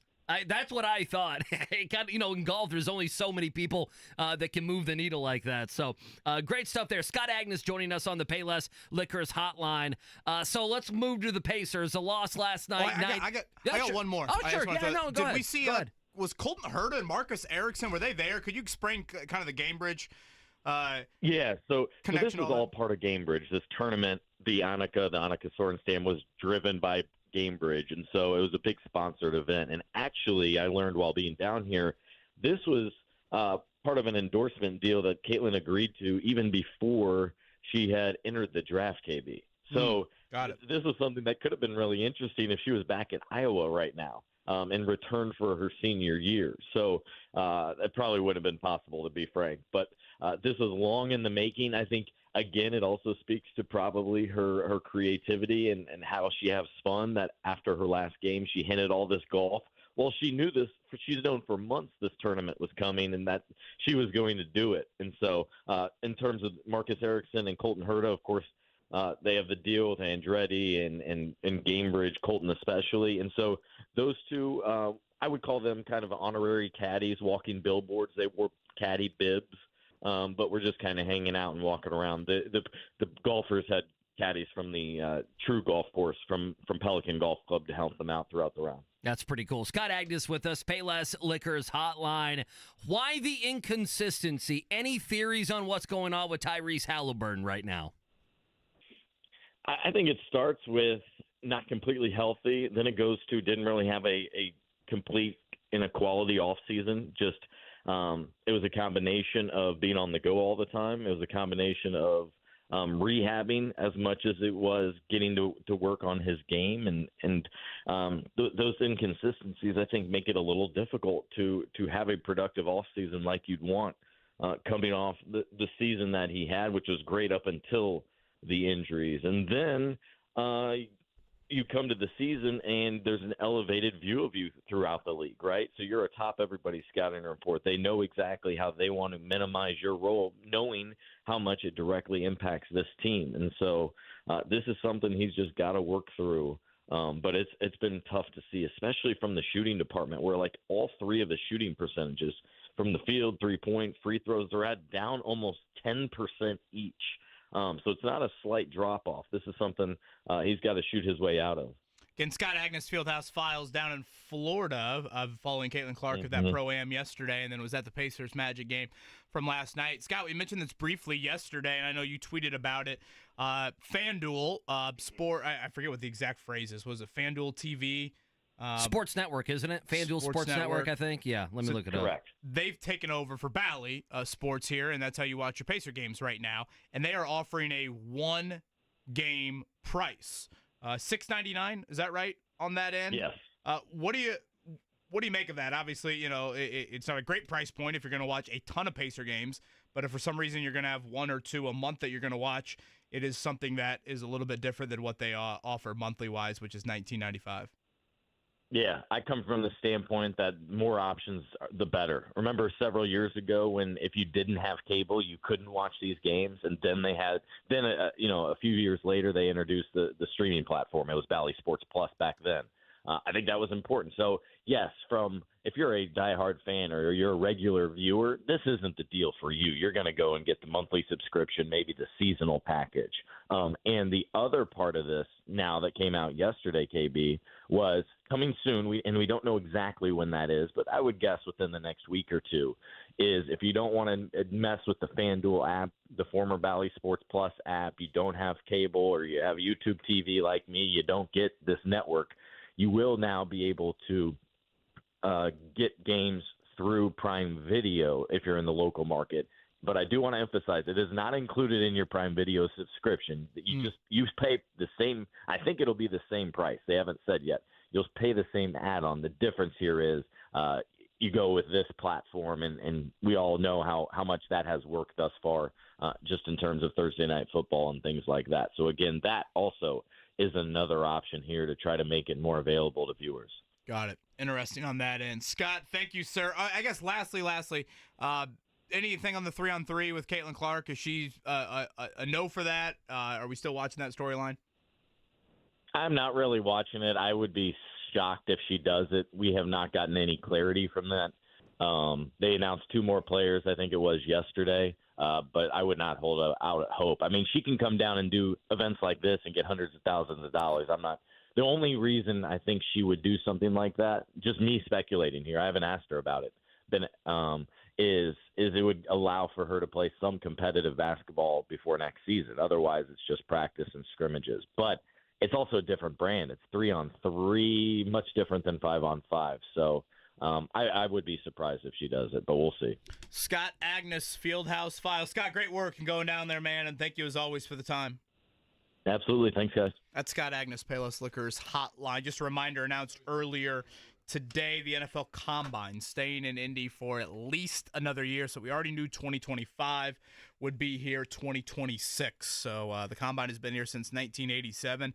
And, boy, it seems like 7 straight years they've had these one-year extensions to keep the Combine here. This one came early. It was earlier. Yeah. It was more around the Combine time last year, right? That they extended it a year. Was. Yeah. So credit to the NFL. They can get greedy with a whole lot of events. They have kept this one to the people that really want it to be here, and that would be the important decision makers in the NFL. I appreciate Scott joining us. Coming up on the other side, what did all of this Flaco, Steichen, Anthony Richardson saga, what did it cost the Colts on the field and off? We'll discuss that, and Ian Rapoport going to join us in 20 minutes. Appreciate you waking up with us. Wake Up Call on the Fan.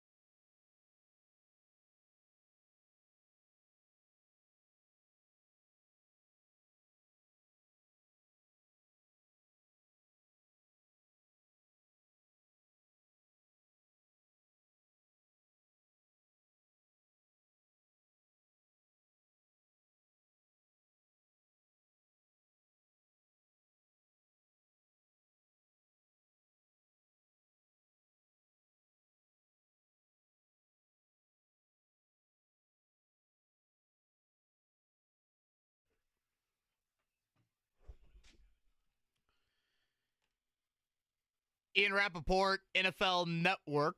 Certainly, along with Adam Schefter, he is the guy when it comes to breaking news in the NFL. How about the Colts keeping this as quiet as they did? Announced it, or told, I guess, Joe Flaco and Anthony Richardson on Tuesday, and you heard none of it until the Shane Steichen press conference. Someone told me about 5 minutes before it was happening, and I just sat there dejected. We also sat there and you're like, who else got a similar text at some point that this is going to happen? Well, I mean, that's what I would have thought of. Like, how many people in the room? Were you the only one? Were there 6 others? That's a great question. I don't know on that end, but Anthony Richardson back under center coming up on Sunday. Has the line shifted at all? I need to look at that. That's a great question.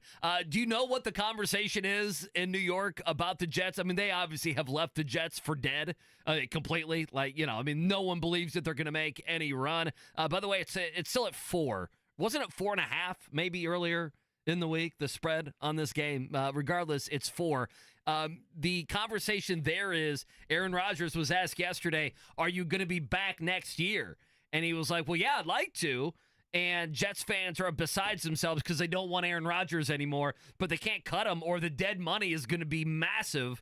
And so even if they bring in a new head coach and a new general manager, they're either going to have to cut and eat a bunch of money for Aaron Rodgers or suffer through another year with a 41-year-old quarterback. Yeah, this is the battle of dysfunction. Yesterday we called it the Cialis Bowl or the Viagra. Did we have a good, alliteration for the Viagra game? I don't think we had. Well, we came up with the Cialis Cup, but now it's gone. Well, yeah, right now we don't gone. get the Cialis Cup. Come now on, it's the young, spry Anthony Richardson against Aaron Rodgers in this one. So what is it? The Flaccid Bowl. 40 against 21. Is that what we're getting here? It's got to be one of the bigger age gaps ever. It's a great point. It probably is. When we made that joke, and I know these guys are roughly 40 years old. I'm 40, so I was like, wait a minute. I'm talking about myself now. You know how Colts games, what do they drop from like the upper deck? Is it like little Kroger? What is it, like little Kroger gift cards? Or, they have the parachutes on them, right? Yeah. With Flaco and Rodgers, you could have just dropped blue pills. In those you probably you could imagine have, people. It would look like a Raiders game. People fighting over each other. I did. I always love when they're dropping those things and one of the little parachutes malfunctions and it just flies straight down and hits some unsuspecting person in the head. Come on. It's not going to hurt anybody. Where are you at from a Richardson standpoint in terms of, I guess, transitioning to Sunday or just in general anything we have not mentioned from Shane Steichen and Richardson's comments yesterday? Yeah, I'm wondering, this was a saga that whether it's right or wrong, and I guess I have been trying to say, hey, personal responsibility, Anthony Richardson, and we've talked about that. I don't want to rehash that. We did that in hour number 1. But in the end, the Colts are going to look like clowns here. Like in the end, whether it's right or wrong, and you may agree with that and say, well, they are clowns and they didn't do this and the vagueness and they didn't keep their fans, abreast at all about what was going on and they didn't do this, that, and the other for, to help Anthony Richardson along the way. What did they lose? I mean, did they lose even more faith? I know the fans don't have a ton of faith with Chris Ballard or Jim Irsay, and they haven't for many years. Did they lose anything off the field? And then, I mean, I don't know. It's silly to even mention. AR was playing so bad at times leading up to this benching. Did they lose something on the field? I mean, was there a better chance, actually, with Anthony Richardson that they could have had offensively against the Vikings or Bills? Again, Flaco was so bad. I mean, really, you spot a touchdown to the Vikings, you spot 10 points to the Bills. It's going to be difficult to come back. Like, in your mind, what price did they pay off the field with their fans and maybe even Anthony Richardson? And what price did they pay on the field? Could they have won one of these games had they not benched AR? Maybe. I mean, I'm not going to sit here and act like that's how I feel. Maybe a 60-minute effort from Anthony Richardson. We still have really yet to see it. The Vikings game's probably the one you point to. It was low scoring.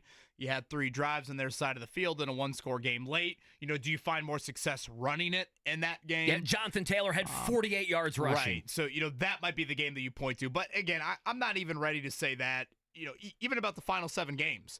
I mean, you have the second easiest schedule the rest of the season. Opportunity is there, but I'm not ready. I'm not going there with my thoughts on this is the right decision.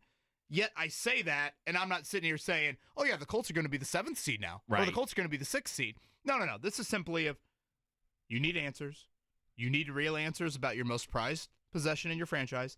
You don't need boo birds in the first quarter of your own stadium because a 39-year-old quarterback keeps on throwing the ball to the other team.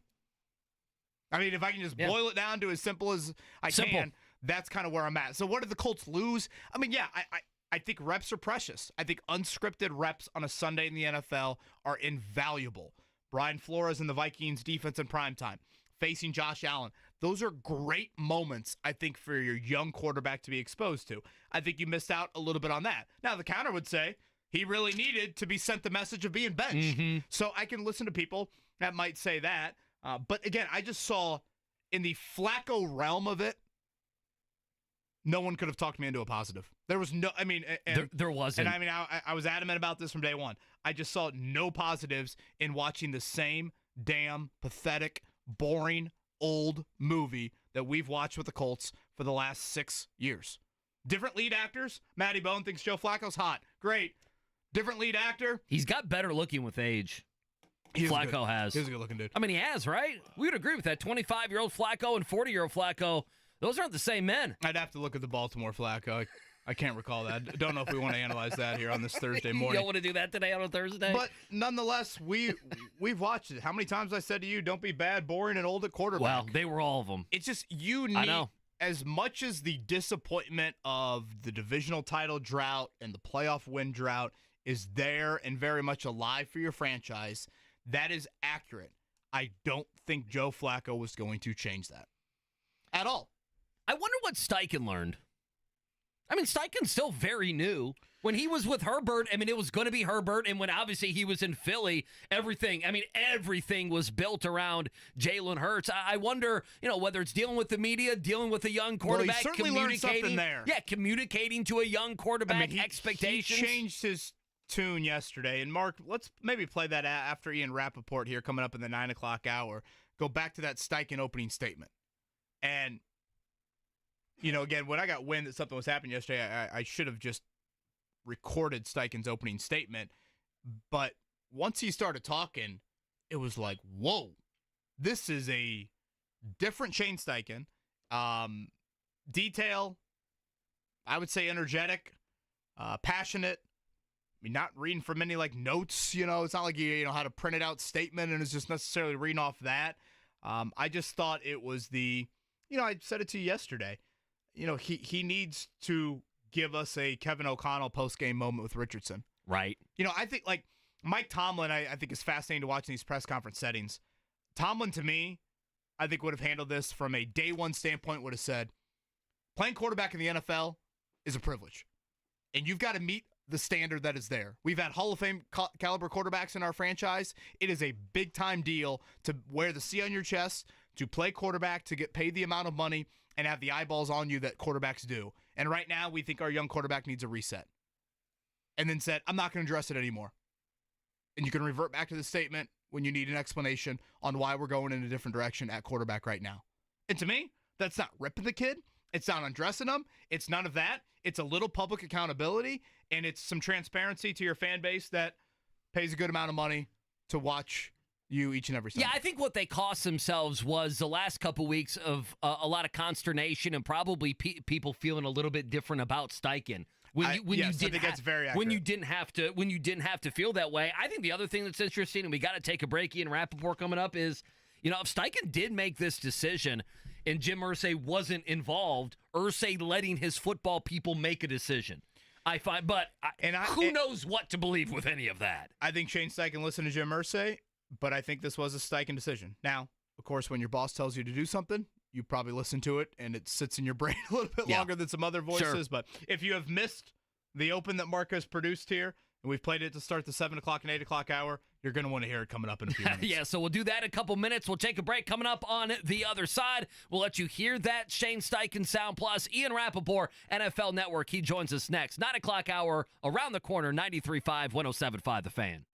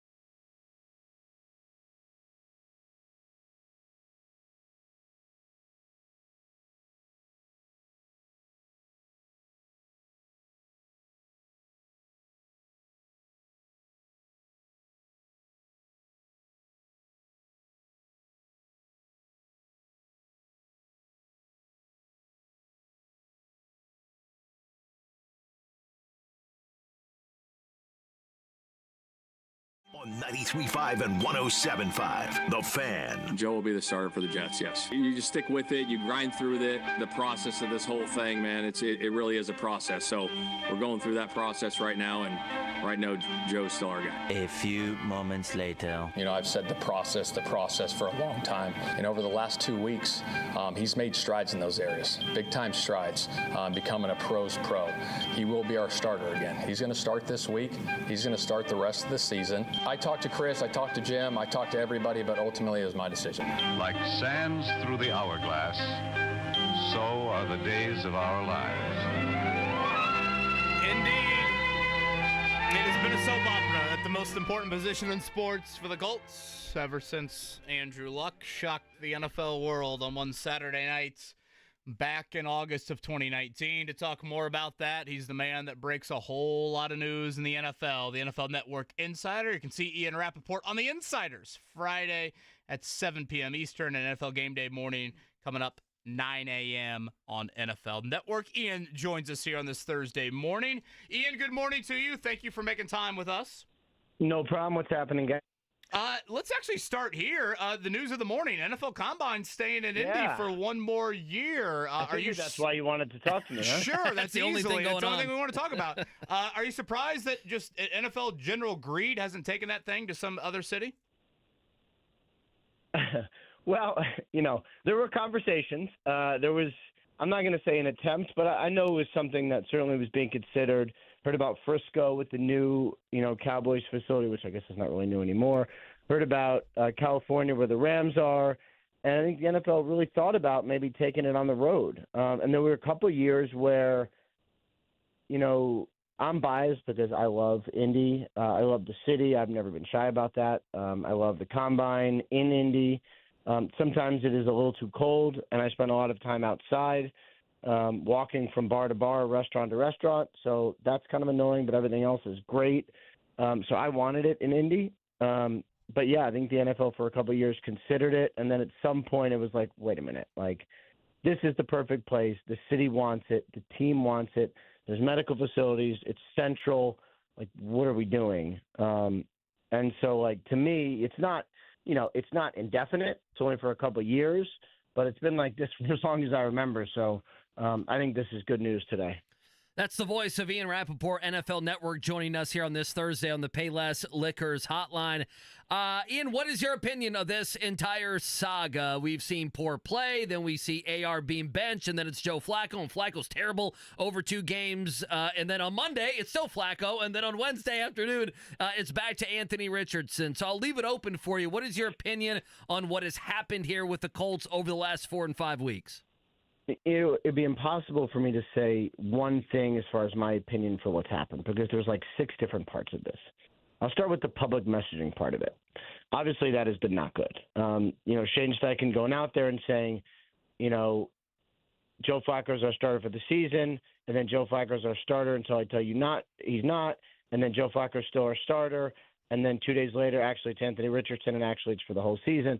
That's not great. Being a sort of head PR person or whatever you'd say, head messenger, is part of being a head coach. And so, that has not – and Shane Steichen, I think, is going to be a really good coach. Has showed signs of being a really good coach. This public part of it is not exactly his forte. He didn't get a lot of media before he was with the Colts. It doesn't seem to me just from the outside looking in like this is his favorite part, a necessary evil. So I think the messaging wasn't good. I don't know that any of that really matters too much because the only thing that really, really matters is Anthony Richardson your starter for the next 15 years. And so to me, the decision to go to Joe Flacco, I sort of get it if you viewed it as if you viewed it like the Panthers did, which is all right, we're going to bench Bryce Young for a couple weeks. We see how it goes, and then we're going to have him back. And when he's back, hopefully he's a lot better. And I think that's working for the Panthers. It wasn't like that here. It was Joe Flacco's our starter for the rest of the season. We'll see what happens after that. And then Flacco struggled. Now it's oh, wait. Hold on one second. Shoot. Hey, if you got some hold on breaking one second. news, Yeah, you get breaking you can news? certainly put us on the back burner. You just have to share the breaking news. No. It's just I have to fix something in my tweet. Sorry. Oh, okay. Anyway. If you would like, we could stall. No. We're good. We're back. Okay. That was a quick edit. That's impressive. Yeah. Ian Rapoport from NFL Network is with us. You can see Ian on the inside. So to me, the only thing that really matters is he your starter? And so it's like, if they get through all this, bungle the messaging, have a couple of hiccups, but then Richardson goes out and plays well, and he's your franchise guy, then it's like, okay, like, we did it. Like, we're home free for the next 10 years. The edit of Christian Barrymore's tweet looks great, Ian. Good work on that end. Appreciate it. Ian Rapoport. That's always a frantic thing when you get a message. Someone's like, that tweet you sent, it says this, and you're like, oh, yeah. Shoot. Been there before with far less followers, certainly on that end. Ian Rapoport, NFL Network Insider. You can see Ian again on the Insiders Friday, 7 p.m. Eastern. Also game day morning coming up 9 a.m. on NFL Network.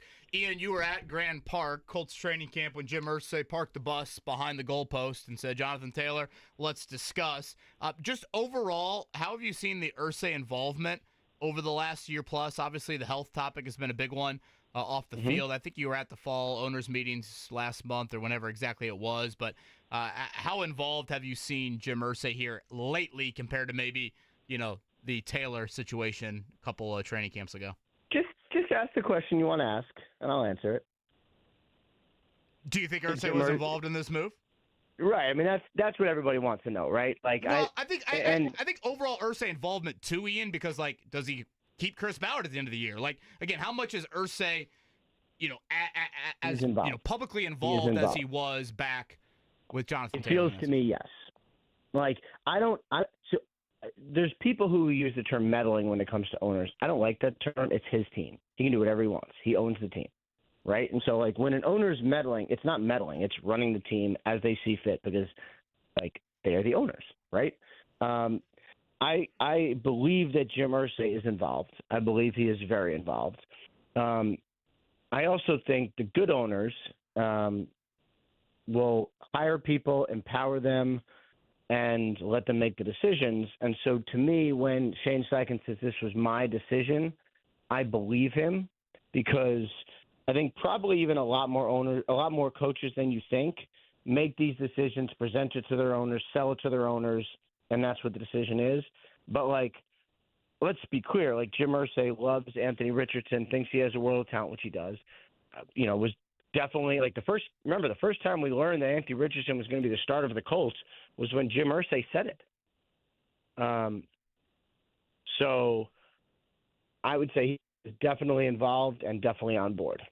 Ian Rapoport with us here on this Thursday on the Payless Liquors Hotline. You may not know, is there any way to know how safe Chris Ballard is if they don't make the playoffs yet again this year? I mean, the record is what it is. If they don't make the playoffs, if it's a struggle, if the quarterback doesn't work out, I don't know specifically with Chris Ballard's situation because he's very close with Jim Irsay, and, maybe it's a little different. But it's not something that all GMs would survive. It's been a lot of years. It hasn't been a lot of playoff wins. And if the quarterback, turns out to be not good enough, or at least after 2 years not good enough, and they have another year of not making the playoffs, like most teams would make changes. I don't know that the Colts will, but I think most teams will. That said, Ballard has built a great relationship with Irsay, and we'll see what happens at the end of the year. I think there's a lot to play out. Again, like if Richardson goes out and, starts lighting it up, if those preparation points that they hit on for the last 2 weeks, if they really affect things and he's really good, then none of this matters at all, And Chris Ballard extended through the 2026 season that was announced back a couple of years ago. Again, Ian Rapoport with us here, NFL Network. Ian, last one from me. How would you compare the Colts to the 31 other teams in terms of leaks and information that get out of the building? Probably less. I would say a lot less. Like they made the quarterback decision on Tuesday this week and didn't get out until it was announced Wednesday. That's pretty rare. Trust me, I was trying. even though Shane Steichen had said it was going to be Flaco. You never know, so you always check. So I would say less. I think a lot of fans always think their team leaks more. Like the Colts really don't. I wish they did. My job would be a little easier, but they're a team that, a lot of their transactions are announced, a lot of their injuries are announced, and, a lot of their quarterback moves have been announced at the podium. I think that's different from a lot of teams. A lot of Colts conversation this morning. Ian Rapoport with us, NFL Network. Ian, we'll get you out of here with this one.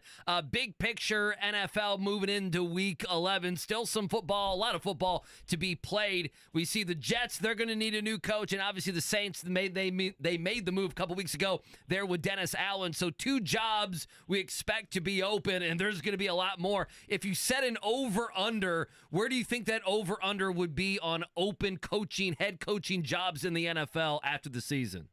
We have 2 already, and usually it's like 6 to 8. I think it's probably in that realm. I don't think it's going to be crazy. I think there's teams that are already being watched. Mike McCarthy's contract in Dallas is up at the end of the year. They're having a tough season. That wouldn't be a firing. That would just be a contract expires. I think there's a couple others. Obviously Jacksonville hasn't exactly been what you wanted. That would be another one to think. So every year you get to this point and you're like, man, I just don't see it. I see maybe like 4 or 5 max. And then you get to the end of the year and you're like, oh, okay, I see it. So, yep. And just like you do the same thing where everyone's like, man, there's just not enough head coaching candidates. And then you get to the end of the year and you're like, you know what? Mike McDonald seems like he'd be pretty good or whatever. So I think it'll be regular, probably 6 to 8. But, long way to go until then. So. He is a fan of Indy. He's an impressive multitasker, as we just saw earlier in this Great segment. Ian Rapoport from NFL Network. Ian, thank you for the time, man. I know it's beyond busy. You didn't need to do this, so appreciate that. Awesome. Thanks, guys. Take care. Ian Rapoport right there from NFL Network. Again, just a reminder, August 2021. Remember, I was at Grand Park. Could not believe that I was reading a Frank Reich, Chris Ballard extension news dump, but the Colts did that.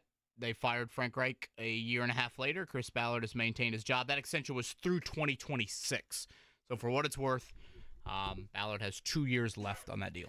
Just a couple things. The funniest edits or non-edits that I've seen on Twitter, and I knew this was going to happen, and it never happened to me, and it may happen at some point. Michael Penix Jr., his last name. Oof. That's tough. That's tough. That's a whole other search. I'm trying to remember if it was Rab It's like Johns. writing pen 15 on your friend's hands back in the day. Yeah, exactly. And then I'm looking at it. Bears, Jets, Saints, Jags, Giants. There's 5 right there. And Ian's right. Like, I'm looking around the NFL. I mean, would the Raiders really dump Antonio Brown? I mean, I put the Raiders as a question mark. Antonio Pierce. Yeah, Antonio Pierce. Antonio Brown. Goodness. No, that'd be, if he became a head coach. That'd be wild. It's pretty wild on Twitter. I've come across him. I mean, his Twitter account is something. I mean, obviously the Cowboys are up there. I mean, could you ever see... Like, then you got to look at, like, good teams that might move on. Like, would the Eagles ever move on from Sirianni, if they flamed out in the postseason or something like that? So I kind of forget that Mike Vrabel's still out there. Mm-hmm. Yeah, I don't know why. I was higher on Vrabel last year getting a job than this year. And I don't have a good reason. I'm like, if your team hired Vrabel, last year I'd have been like, oh, yeah, Mike Vrabel. But this year I'm like, oh, my team hired Vrabel. I would just be like, okay, that's fine. I need to know who his offensive coordinator is. Yeah, whatever. Brian Dable. Okay. Well, let's go back to Shane Steichen's opening statement from yesterday. Frankly, I thought this was the message that needed to be delivered on day one of the benching and not the mixed messaging of, yeah, it was all about reps. Now we're evaluating everything. Now we're doing win now. But, yeah, we're not going to make an NFL trade deadline move. And now we're going to be all about the process. And then Joe Flacco's going to start against the Jets. And then 15 hours later, it's Anthony Richardson. It's a lot. It's a lot to keep track of. Shane Steichen yesterday, I thought this was the most candid we've heard Shane Steichen. I thought it was the most un-Steichen-like answer. I thought it was strong. I thought it was long. I thought it was probably the most one of the more energetic we've seen Steichen. And again, I thought it's what he should have said on the first day of this benching. This is how Shane opened up his Wednesday press conference in announcing the move to Anthony Richardson. I've said the process for a long time. And what I mean by that, it's the attention to detail in everything he does, from the classrooms to the walkthroughs to practice to the weight room, all those little things, right? It just got to be at a higher standard. And that's what was talked about, and that's where we went with it. And so that was discussed with him 2 weeks ago, and those were the conversations that took place. And over the last 2 weeks, he's made strides in those areas, big-time strides, becoming a pro's pro. And is he a finished product? No, he's not. And it's my job to help him get there along with the rest of the coaching staff. But he's a hell of a talent. Like I said, we've never lost faith or belief in him and his abilities. And he's shown strides. He really has. And with that being said, he will be our starter again. He's going to start this week.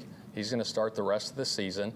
All right, and we're going to go from there. And I informed Joe of the decision yesterday. He's the ultimate pro. He respects the decision, understands it. I talked to the team this morning about it as well. I informed them of the decision. And look, everyone has a different journey, right? Everyone has a different way, development, and how you go about the process, and everyone wants instant gratification right now. And sometimes it doesn't work like that. And you fight through these times. And I love Anthony. He's a great person. Got great faith in him and his abilities to be our franchise quarterback. Do you agree? We haven't talked about this.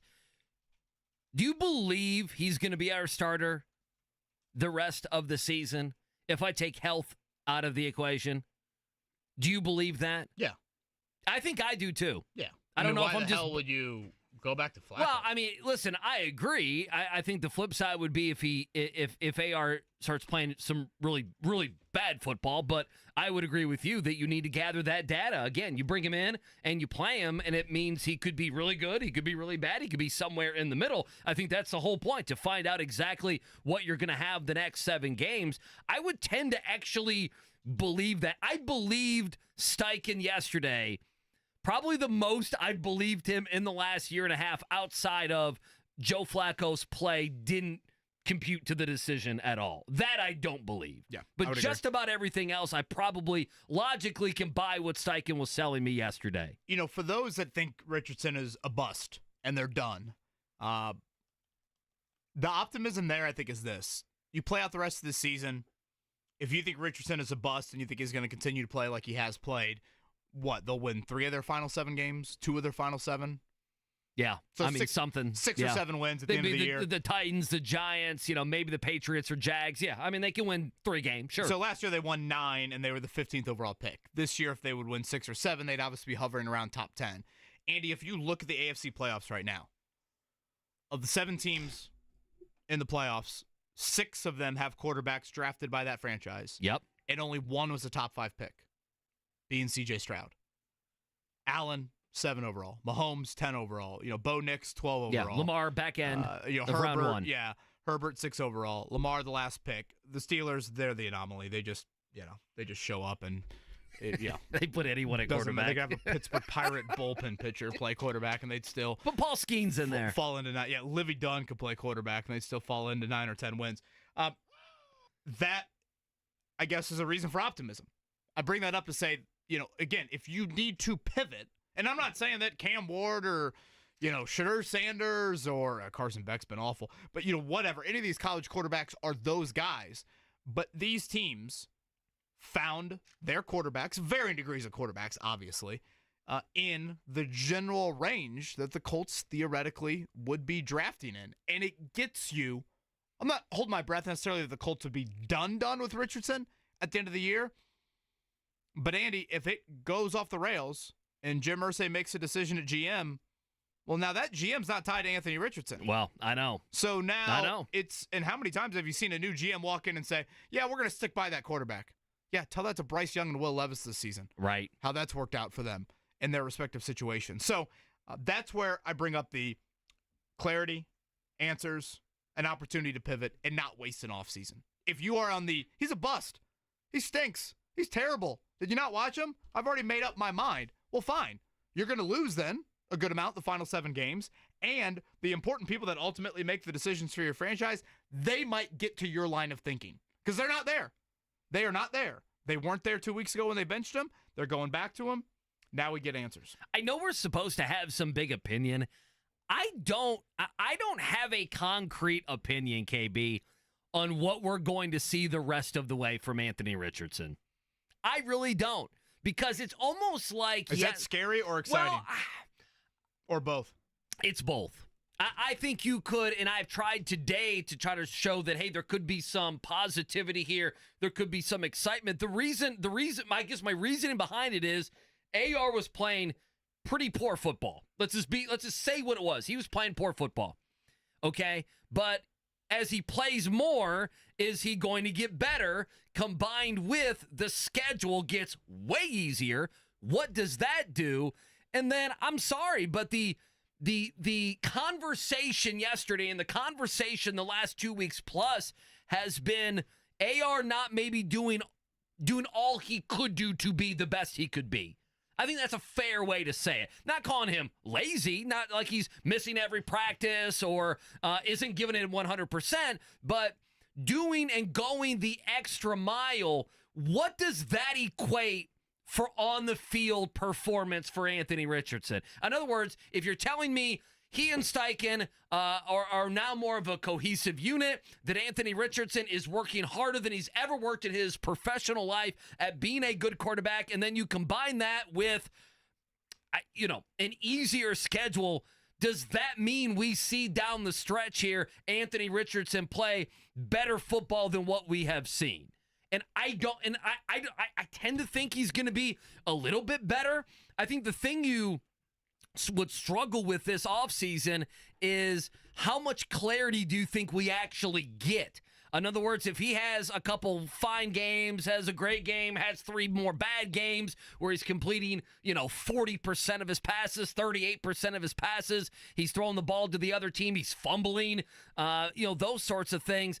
I think there's probably a better chance than not that we're talking about Anthony Richardson the way that we talked about Anthony Richardson last offseason. The thing about Richardson that I find pretty wild is, he's 5-5 as a starting quarterback. I think of the 10 games, 9 of the 10 have been one possession. I think the first game of his NFL career, he threw that pick 6 against Jacksonville there. I think it ended up being like a 10-point game or something. If you look at that record, 5-5, all one possession games. It wouldn't take much to get to 7-3, right? So and that's the NFL. Yeah, you're spot on. Sure, that's the NFL, but also I think it's it also is a reminder of you don't need Richardson to take a 180 to where he has Phillip Rivers carnival type accuracy tomorrow.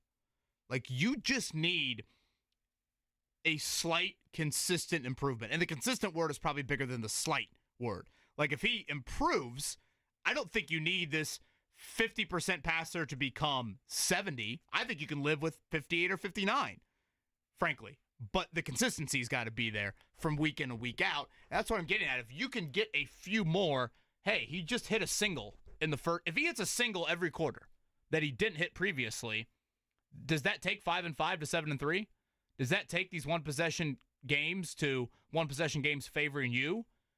Do those things start to change? I think that's why the Colts have so much belief in him. It's we don't need methodical 74% passer. If the big plays can be there, which obviously he has shown an ability to do that, we just need some little things. Look at that Houston game. By all accounts, he played poor in that game. He was 2 of 15 in the first half. And he got the ball with a minute to go with a chance to win the game. With a chance to win the game. So, that's where it's if he can just take a little bit of a positive step forward, certainly the completion percentage has got to come up, and then that be consistent. 40 whatever percent he is now becomes 57, 58. If that can be there, then do you have something to work with? Yeah, can there be something in these 7 games incrementally? You see improvement that's going into the offseason, there it is. Let's get that out of him. Let's fine-tune a little bit more of the fundamentals, but at least, because right now you have a highlight reel of Anthony Richardson that people would foam at the mouth about. Oh, my. Did you see the throw? Josh Allen brought it up last week. Did you see the throw he made against Houston? The low light reel is awful, but what's really bad is the mid-light reel. I know. The mid-light reel can't be as bad as it has been. See, here's the thing, Kay, beyond that. I want to see if you complete a couple of those third downs, right? If he's better on third down, and the Colts need to be, then you're getting more opportunities on drives. Well, and I mean, that's the problem. Yeah, and again, yes, as much as I'm pointing to third down, I'm pointing to 1st and 10 becoming 2nd and 6. Yeah. Like, how many times did they just live in 3rd and 10, and you're just not going to survive? No, you're not going to survive. So, yes, there are third down moments that obviously he needs to be better in, and Flaco was horrific in. But if you can get better on those early downs, now all of a sudden 3rd and 4 becomes read option time. He can make a play with his legs. They didn't live in enough of those. So that'll be something I'm watching for the rest of the year. Let's dive into a morning check down real quick. Thad Matta going to join us in about 7 minutes.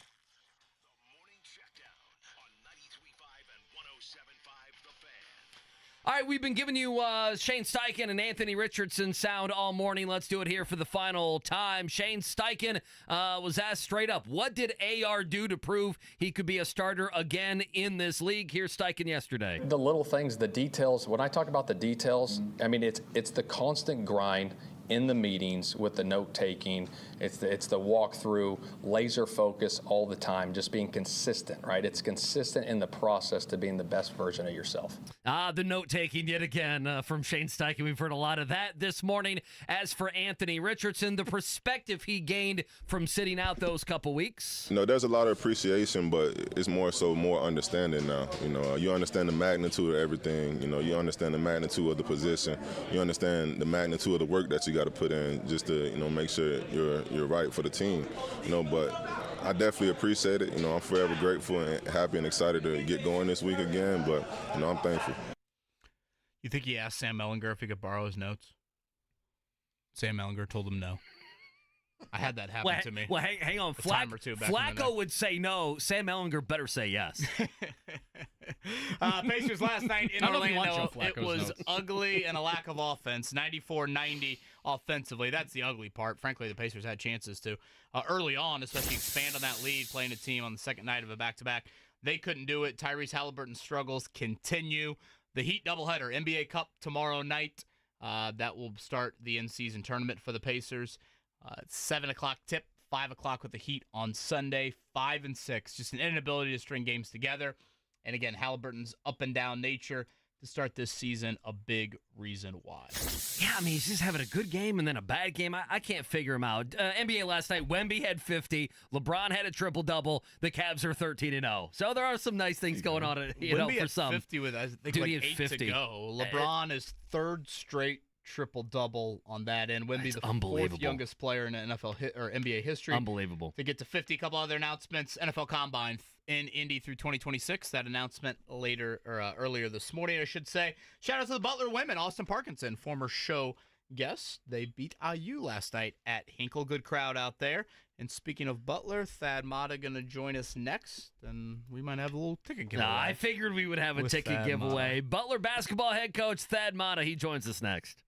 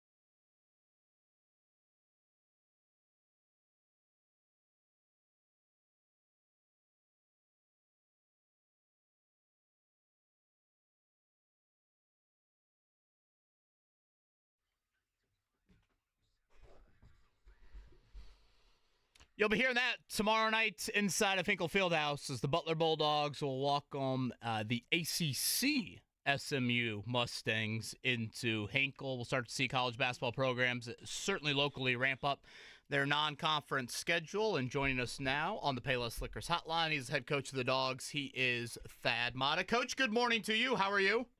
I'm doing good. How are you guys doing? We are great. You certainly had a star-studded list inside of the building on Monday night for your W over Western Michigan. And I know everybody will probably point to Tyrese Halliburton and Caitlin Clark, but I'm watching the game and I see you and Miles Turner go a little dap up there late in the game.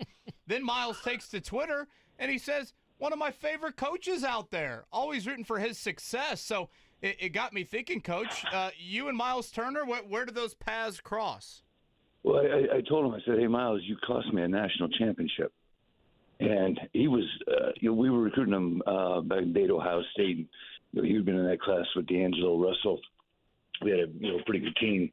And ended up going to Texas in the end. He said he wanted to be close to home, which we understood. But, those are – sometimes you have guys that you recruit. Miles was just such a great kid. His family we at our house, and just one of those visits you always remember. And God, I thought we were going to get him. That's a great story. National title blame. I didn't see that. When Turner said that, I figured, Leo, looking at where you were, Coach, I figured you probably met on the recruiting trail there at some point. Thad Matta with us here on the Payless Liquors Hotline. I'll tell you guys, let me tell you the story, though. Go ahead. We were recruiting D'Angelo and Tyus Jones and Jalil Okafor. And I told D'Angelo and Tyus, I said, look, first one to take it gets it. And honestly, I knew Tyus was going with Jalil. So I wanted Tyus, just because then you get Jalil Okafor as well. But I said, hey, D'Angelo said he was coming. I'm like, now we got to get Miles Turner. Will be the exact same thing. And sure enough, they went to Duke and won the national championship. So that's what Miles was. And did it right here, too, in that 2015 Final Four. Not to mention, well, Coach, early on this season, obviously you have a tough loss to Austin Peay. So you have a loss, you have a 20-point win, and you have a close win. It's been a little bit of everything the first couple weeks of the season. What have you learned about your team here through 3 games? Well, I tell you what, I'm still learning. I'm still searching. We've played some really, really good basketball throughout these 3 games, but we haven't played it consistently. And just trying to find the missing piece of why we're having these lulls where we're turning the ball over. We were pretty good the other night taking care of the ball, but the first 2 games we were throwing the ball all over the gym, and just trying to find the right combination of guys, trying to find the right actions to run. Obviously putting together 5 guys that can defend together. But we got to keep hammering. We got to keep getting better. I mean, we have been in 3 games so far this year. We've seen a lot of different scenarios that we put ourselves in, or we've been in. It's college basketball, and got to keep getting better. And we got to keep, like I said, trying to find the answers, coaching and teaching. Butler SMU coming up tomorrow night from Hinkle. Thad Matta's with us here. The starting lineup change, Augusto Cassia in that lineup. I know it certainly probably makes you more versatile, maybe more interchangeable. Does it help you in the turnover department at all? I mean, I know point guard was such a big question kind of early in the year, and Finley missed that first game. But how do you kind of view the lineup change and where you're at from a turnover standpoint? Well, I think the lineup change was strictly from I guess it'd be the Austin Peay game. I started those guys that got us back into the game, and that was just, I said, hey, I'm gonna go with these guys. You guys had a great synergy going, and in terms of the turnovers, it's not so much the point guard that's throwing the ball away, and we just got to be sure with it. We got to be more sound. We got to make sure we know what we're doing. All 5 guys know what they're doing on offense, and I think that's going to help us. I think we're getting better at that. Thad Matta with us here on the Payless Liquors Hotline. Coach, what do we know about SMU? I'm looking. I have not seen them this year. I know Andy Enfield from USC. He took over this year. Obviously, SMU also going to the ACC. To me, it looks like they score a lot of points, and they're number 1 in KenPom with average possession length. So you're not going to have to defend deep into the shot clock, it looks like, coming up on Friday. What do we know about SMU? I would say it's the fans tomorrow night, they're going to enjoy this game because it will be, they're trying to score in 12 seconds or less on the shot clock, and they are coming at you. They are shooting quick, and I think their deal is they want more field goal attempts, and we're going to have to do a great job getting back, setting our defense, challenging shots, and then we have to rebound the ball at a high level. They're big. They start 7'2", 6'11", and even their wings are big. So this is going to be a game where, like I said, it's going to be a full speed ahead type of game. You got to make quick decisions against their defense because they pressure a little bit. They'll gamble, but no, they're a very, very, very talented basketball team. And of course, Chuck Harris, former Butler guard, one of their leading scorers for Andy Enfield. Again, Thad Matta's with us here on the Payless Liquors hotline. Yesterday, we did see the news, Coach, of the early signing period, or the signing period, I should say, for college basketball, and you signed the highest-ranked recruiting class in school history. If I could ask you about, I know Jackson Keith is ranked very highly. Locally, Stink Robinson from LN, the point guard, and then another McCaffrey coming your way. Could you share a little bit on those two with our audience? Yeah, well, I mean, obviously Stink being at Lawrence North, we've been watching him since the day I got here, and I think he's, just a very, very talented guard, and he's athletic, and excited to get him into the program. And Jackson Keith down from Raleigh is a long athletic wing. We felt like we needed to add that. He scores the ball a lot of different ways and can really, really defend with his athleticism. And then Jack McCaffrey, I think, is from watching him and for 2 years now. It's funny. I told Connor the other day. I said, "Your brother's going to be the best of all of you." He goes, "God, I hope so." And but I just think Jack's going to be a heck of a player. He's 6'9". He shoots it. He can post. He just a lot like Patrick. He's just got a great feel of how to play the game of basketball. Lastly, Coach, it just kind of popped in my mind with you guys hosting SMU, and I know it's at Houston coming up in a few weeks. I think that's part of just the Big East and the Big 12 there. How do you go about formulating a non-conference schedule? Like, what's kind of your philosophy? We see a lot of different things from coaches when it comes to that aspect to it. What's your approach to building a non-conference schedule, knowing the Big East is obviously going to have plenty of opportunity and plenty of difficulty as well? Yeah, well, I think scheduling has become one of the hardest things to do in college basketball. I mean, obviously recruiting always is, but you don't know who's on your team, and you don't know who's on the other teams. You're trying to put a schedule together, and so trying to get a feel for. We knew we wanted a high major opponent. We wanted a Power 5 school coming in here, and SMU had the date. We obviously will return the game next year down there. But you've got to play teams, and it's challenging now, sure, because April and May have become like really, really difficult months as college basketball coaches, just in terms of everything that's going on. Certainly on that front. It'll be a very fast-paced SMU Mustangs team in the building tomorrow night. Thad Matta and company look to build that resume with a win over an ACC team. Coach, congrats on the recruiting class. Looking forward to a Rock and Hinkle tomorrow night. Thank you as always. Sounds good, guys. Thank you. Thad Matta right there on the Payless Liquors hotline. Speaking of fast, let's reward Fast Fingers. 4-pack of tickets to see the Dogs take on SMU tomorrow night inside of Hinkle. We'll do that right now. 317-239-1070. They have this game, does Ken Palm, as a true 50-50 game. 78-77, the projected score, Butler winning. And, of course, Andy Enfield, those will recall him before USC. It was Dunk City. Yeah, it was Dunk Florida City. Gulf Coast back in the tournament. Boy, that's probably about a decade ago at this point. I know. Point. It's gotten away from you, hasn't it? It feels like it was just a couple years ago, but it wasn't. That was quite a while ago. And, yeah, I was looking at their Ken Palm page. It's unbelievable. They are, SMU, they are number one in average possession length in the country. They're number one. Now, they've played, obviously, not a great schedule. They opened with Tarleton State. They've scored 96, 102, and 81 in 3 different games this season. So, if Ken Palm's right and Butler holds them in the 70s, that would be very good, I would imagine, for Thad Matta's crew. They'd be very happy if that's the case. Say so. And again, just a reminder, Alabama at Purdue tomorrow night. That's the number 2 ranked team in the land in Alabama, taking on Matt Painter's bunch, who have not lost a non-conference game in, I believe it's 35 months. Wow. And then Indiana's got South Carolina coming up on Sunday. South Carolina, not a good start to the year. They lost to North Florida, picked to finish 11th in the SEC, but it is an SEC team, so important for Mike Woodson's bunch to take care of business because their non-conference schedule doesn't have a lot of substance. Yeah, that's one of those you don't want to win 70-67. Quite frankly, if you're Indiana, if you think you're going to be, at the top of the Big Ten. Good stuff from Thad Matta. You miss any of it, check it out. Podcast Center at 1075thefan.com. Well, let's win some damn money tonight on Thursday Night Football. We'll get Jason Hammer in here, and we'll do it next here. It's The Fan on this Thursday.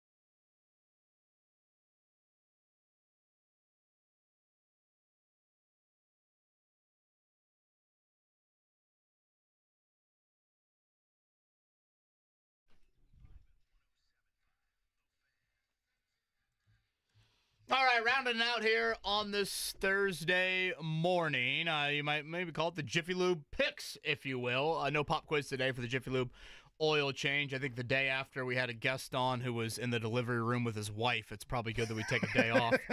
Shout out to Jessica for delivering Nora yesterday and Austin on the birth of their daughter, and the Jiffy Lube oil change coming their way. We have won with this, thanks to this man, a whole lot here, and we've celebrated each and every Thursday. Jason Hammer, 2-1 last week. All you do is provide winners. 13 out of the last 17 that we've given on this little segment here, this little nickel and dime pony show, we've taken to the window. 13 out of 17, which if my Beech Grove High School education is correct, it's around 76%. Let's go Hornets. Let's go. I was just telling you guys off the air, I heard the Butler fight song earlier when Thad Matta came on. Sure. I got excited. I thought that was my music because that's Beech Grove High School's fight song. I love it. You just substitute the word Butler for Beech Grove and blue and white for black and orange. Bada bing, bada boom, it's the same song. Right. Perfect. I love now, it. Are you bearing gifts here? Is there anything in the bag? Yeah, there's a black gentlemen, bag. Reveal something? Gentlemen. I think we know what's in the bag. Finish the sentence for me. When I win, we win. There we go. And on a week like this, where my Tennessee Vols have such a big game, it's a big one. We got to have a little Old Smoky here in the morning. Thank you. Love it. Now, Mr. Dykton. Do you need to give your quarterback Nico some of this to play on Saturday? Do we have an official word on that? Yeah, I mean, Hammer, come on. You're going to face Georgia with a backup quarterback, right? Who is the backup quarterback? Gaston Moore, who, Okay. if you do a Google search, looks like the offspring of Shooter McGavin. I swear to God. Mark, pull up a picture of this guy. Type in. Oh, my God. Type him in and then does. Shooter McGavin. I swear to God, it's the kid's kid. KB, can you see him? Oh, my gosh. He really does look like You Shooter guys are kidding. McGavin. Aren't we doing like a Happy Gilmore sequel or something here? Right. There was one photo of him where he's like walking out of the tunnel, and I swear to God, it looks like Christopher McDonald, the actor, in like a costume. Gosh, that is so good. We'll get to the Vols here in just a moment, but let's get to the window tonight. Hey, tonight's a good game. I like it, man. I like these good Thursday night games.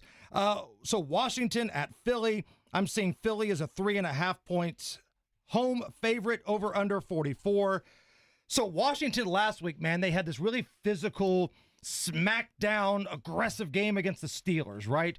Heartbreaking loss. It comes down to the final drive. Get one stop, you get the ball back. And some moron falls for the hard count. Yeah, Russell Wilson gets one on him. And, like, what an emotional way to lose. I mean, the Steelers already beat you up physically, and then you have the emotional letdown of that. And then it's a short week for a division game in a really hostile environment for a rookie quarterback. And look, I love Jaden Daniels. I think he's probably going to be the best quarterback out of this group here, but he probably had his worst game of the year last week. I get the Steelers' defense is pretty good, but 68% passer rating, barely over 200 yards. Didn't run the football. He had 5 or 6 yards rushing, too, I think, right? And you look at that Washington defense, they should have lost that game by more. Steelers fumble on the 1-yard line, leave some points on the table here. So you factor all of that in. Philly, they defend the pass really well. One of the best pass defenses in the league. If you can make Washington one-dimensional, I like the Eagles on a short week at home against Washington. Just a grinder of a game for them last week and a quick turnover. We're going to lay 3.5 with the Eagles tonight. Yes. Okay, covering on that end. Okay, player props we're keeping an eye on for tonight. Devontae Smith over 52.5 yards receiving. He's got 64 or more in 6 of the last 7 home games. The dude shows up at home, so we're going to ride the Lightning tonight. Terry McLaurin over 4.5 receptions in the last. That seems low. Yeah, over his last 5 games, he's had 5 catches or more in 4 of them. He's their number 1 option, and if you look at the targets, he's averaging so much more targets than anybody else, and that's all we're asking for is a puncher's chance. And here's one that I don't want to make it an official thing because it's such a long shot, but screw it. We're playing with profits, right? We're rolling. Yeah. Take a look at last touchdown tonight. Now, if you want to get cute, you could put money on 2 different dudes, and if one of them cashes, you still turn a profit. So you've got Jalen Hurts at plus 450 for final touchdown. He has scored the Eagles' final touchdown in like 3 or 4 of their games. The other guy that scored a couple final touchdowns for the Eagles is Devontae Smith, and he's plus 1050. Wow. So if you want to put a 5 or a 10 on both of those dudes, if just one cashes, your toes are tapping. So we got a little profit. We're having a little fun with that tonight. I like this. He is Jason Hammer. Of course, you hear him, Hammer and Nigel, every afternoon right here on WIBC, our sister station across the hall, and Degenerates Next Door with Hammer and Rob Kendall. Okay, anything we like college football-wise? Again, Indiana's the bye week. Sure. Notre Dame, a 3-touchdown plus favorite.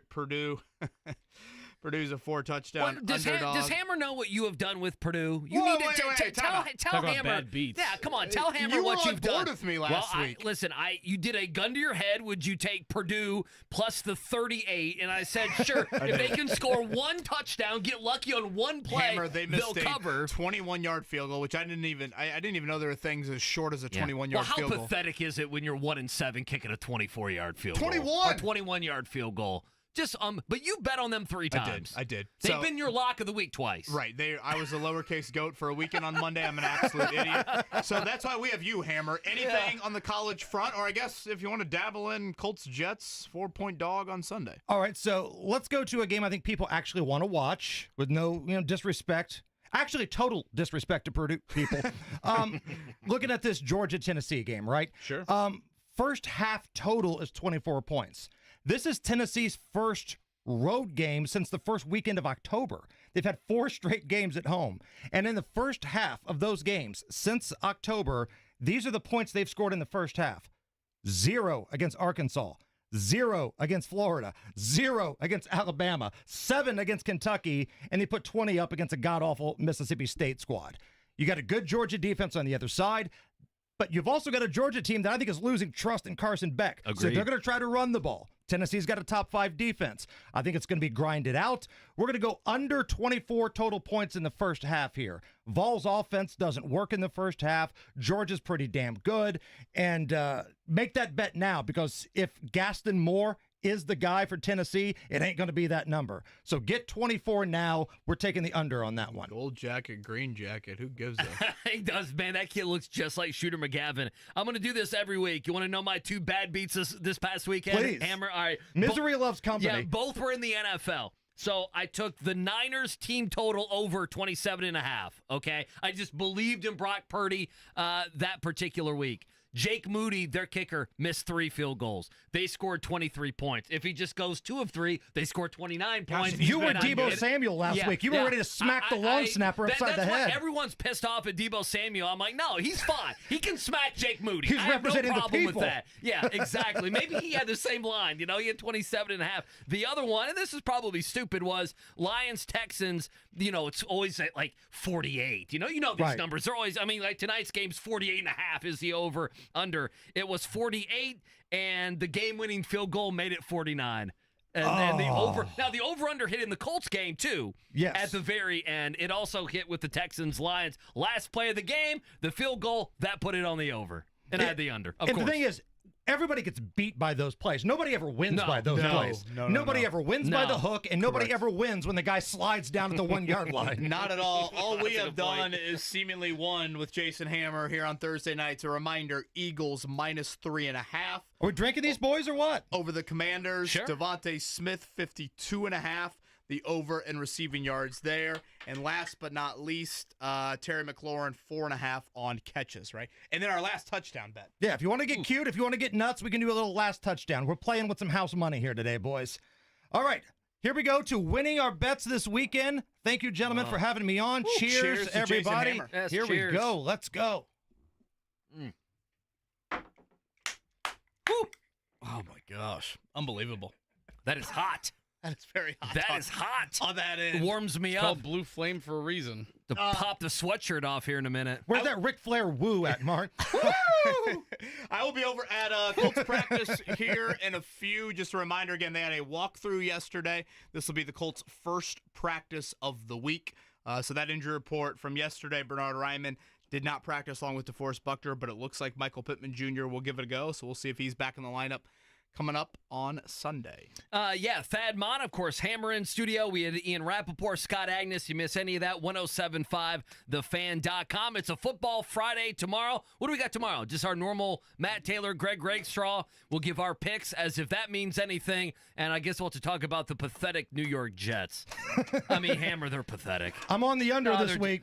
If it's 24 to 20, the over-under is 44. 44? If it's 24 to 20, which I think is a long shot, that's just a push. Yeah. We're that's riding simple. the under on that one, right? Yeah. All right, back at it, 7 a.m. tomorrow. Everyone have a good afternoon. Right.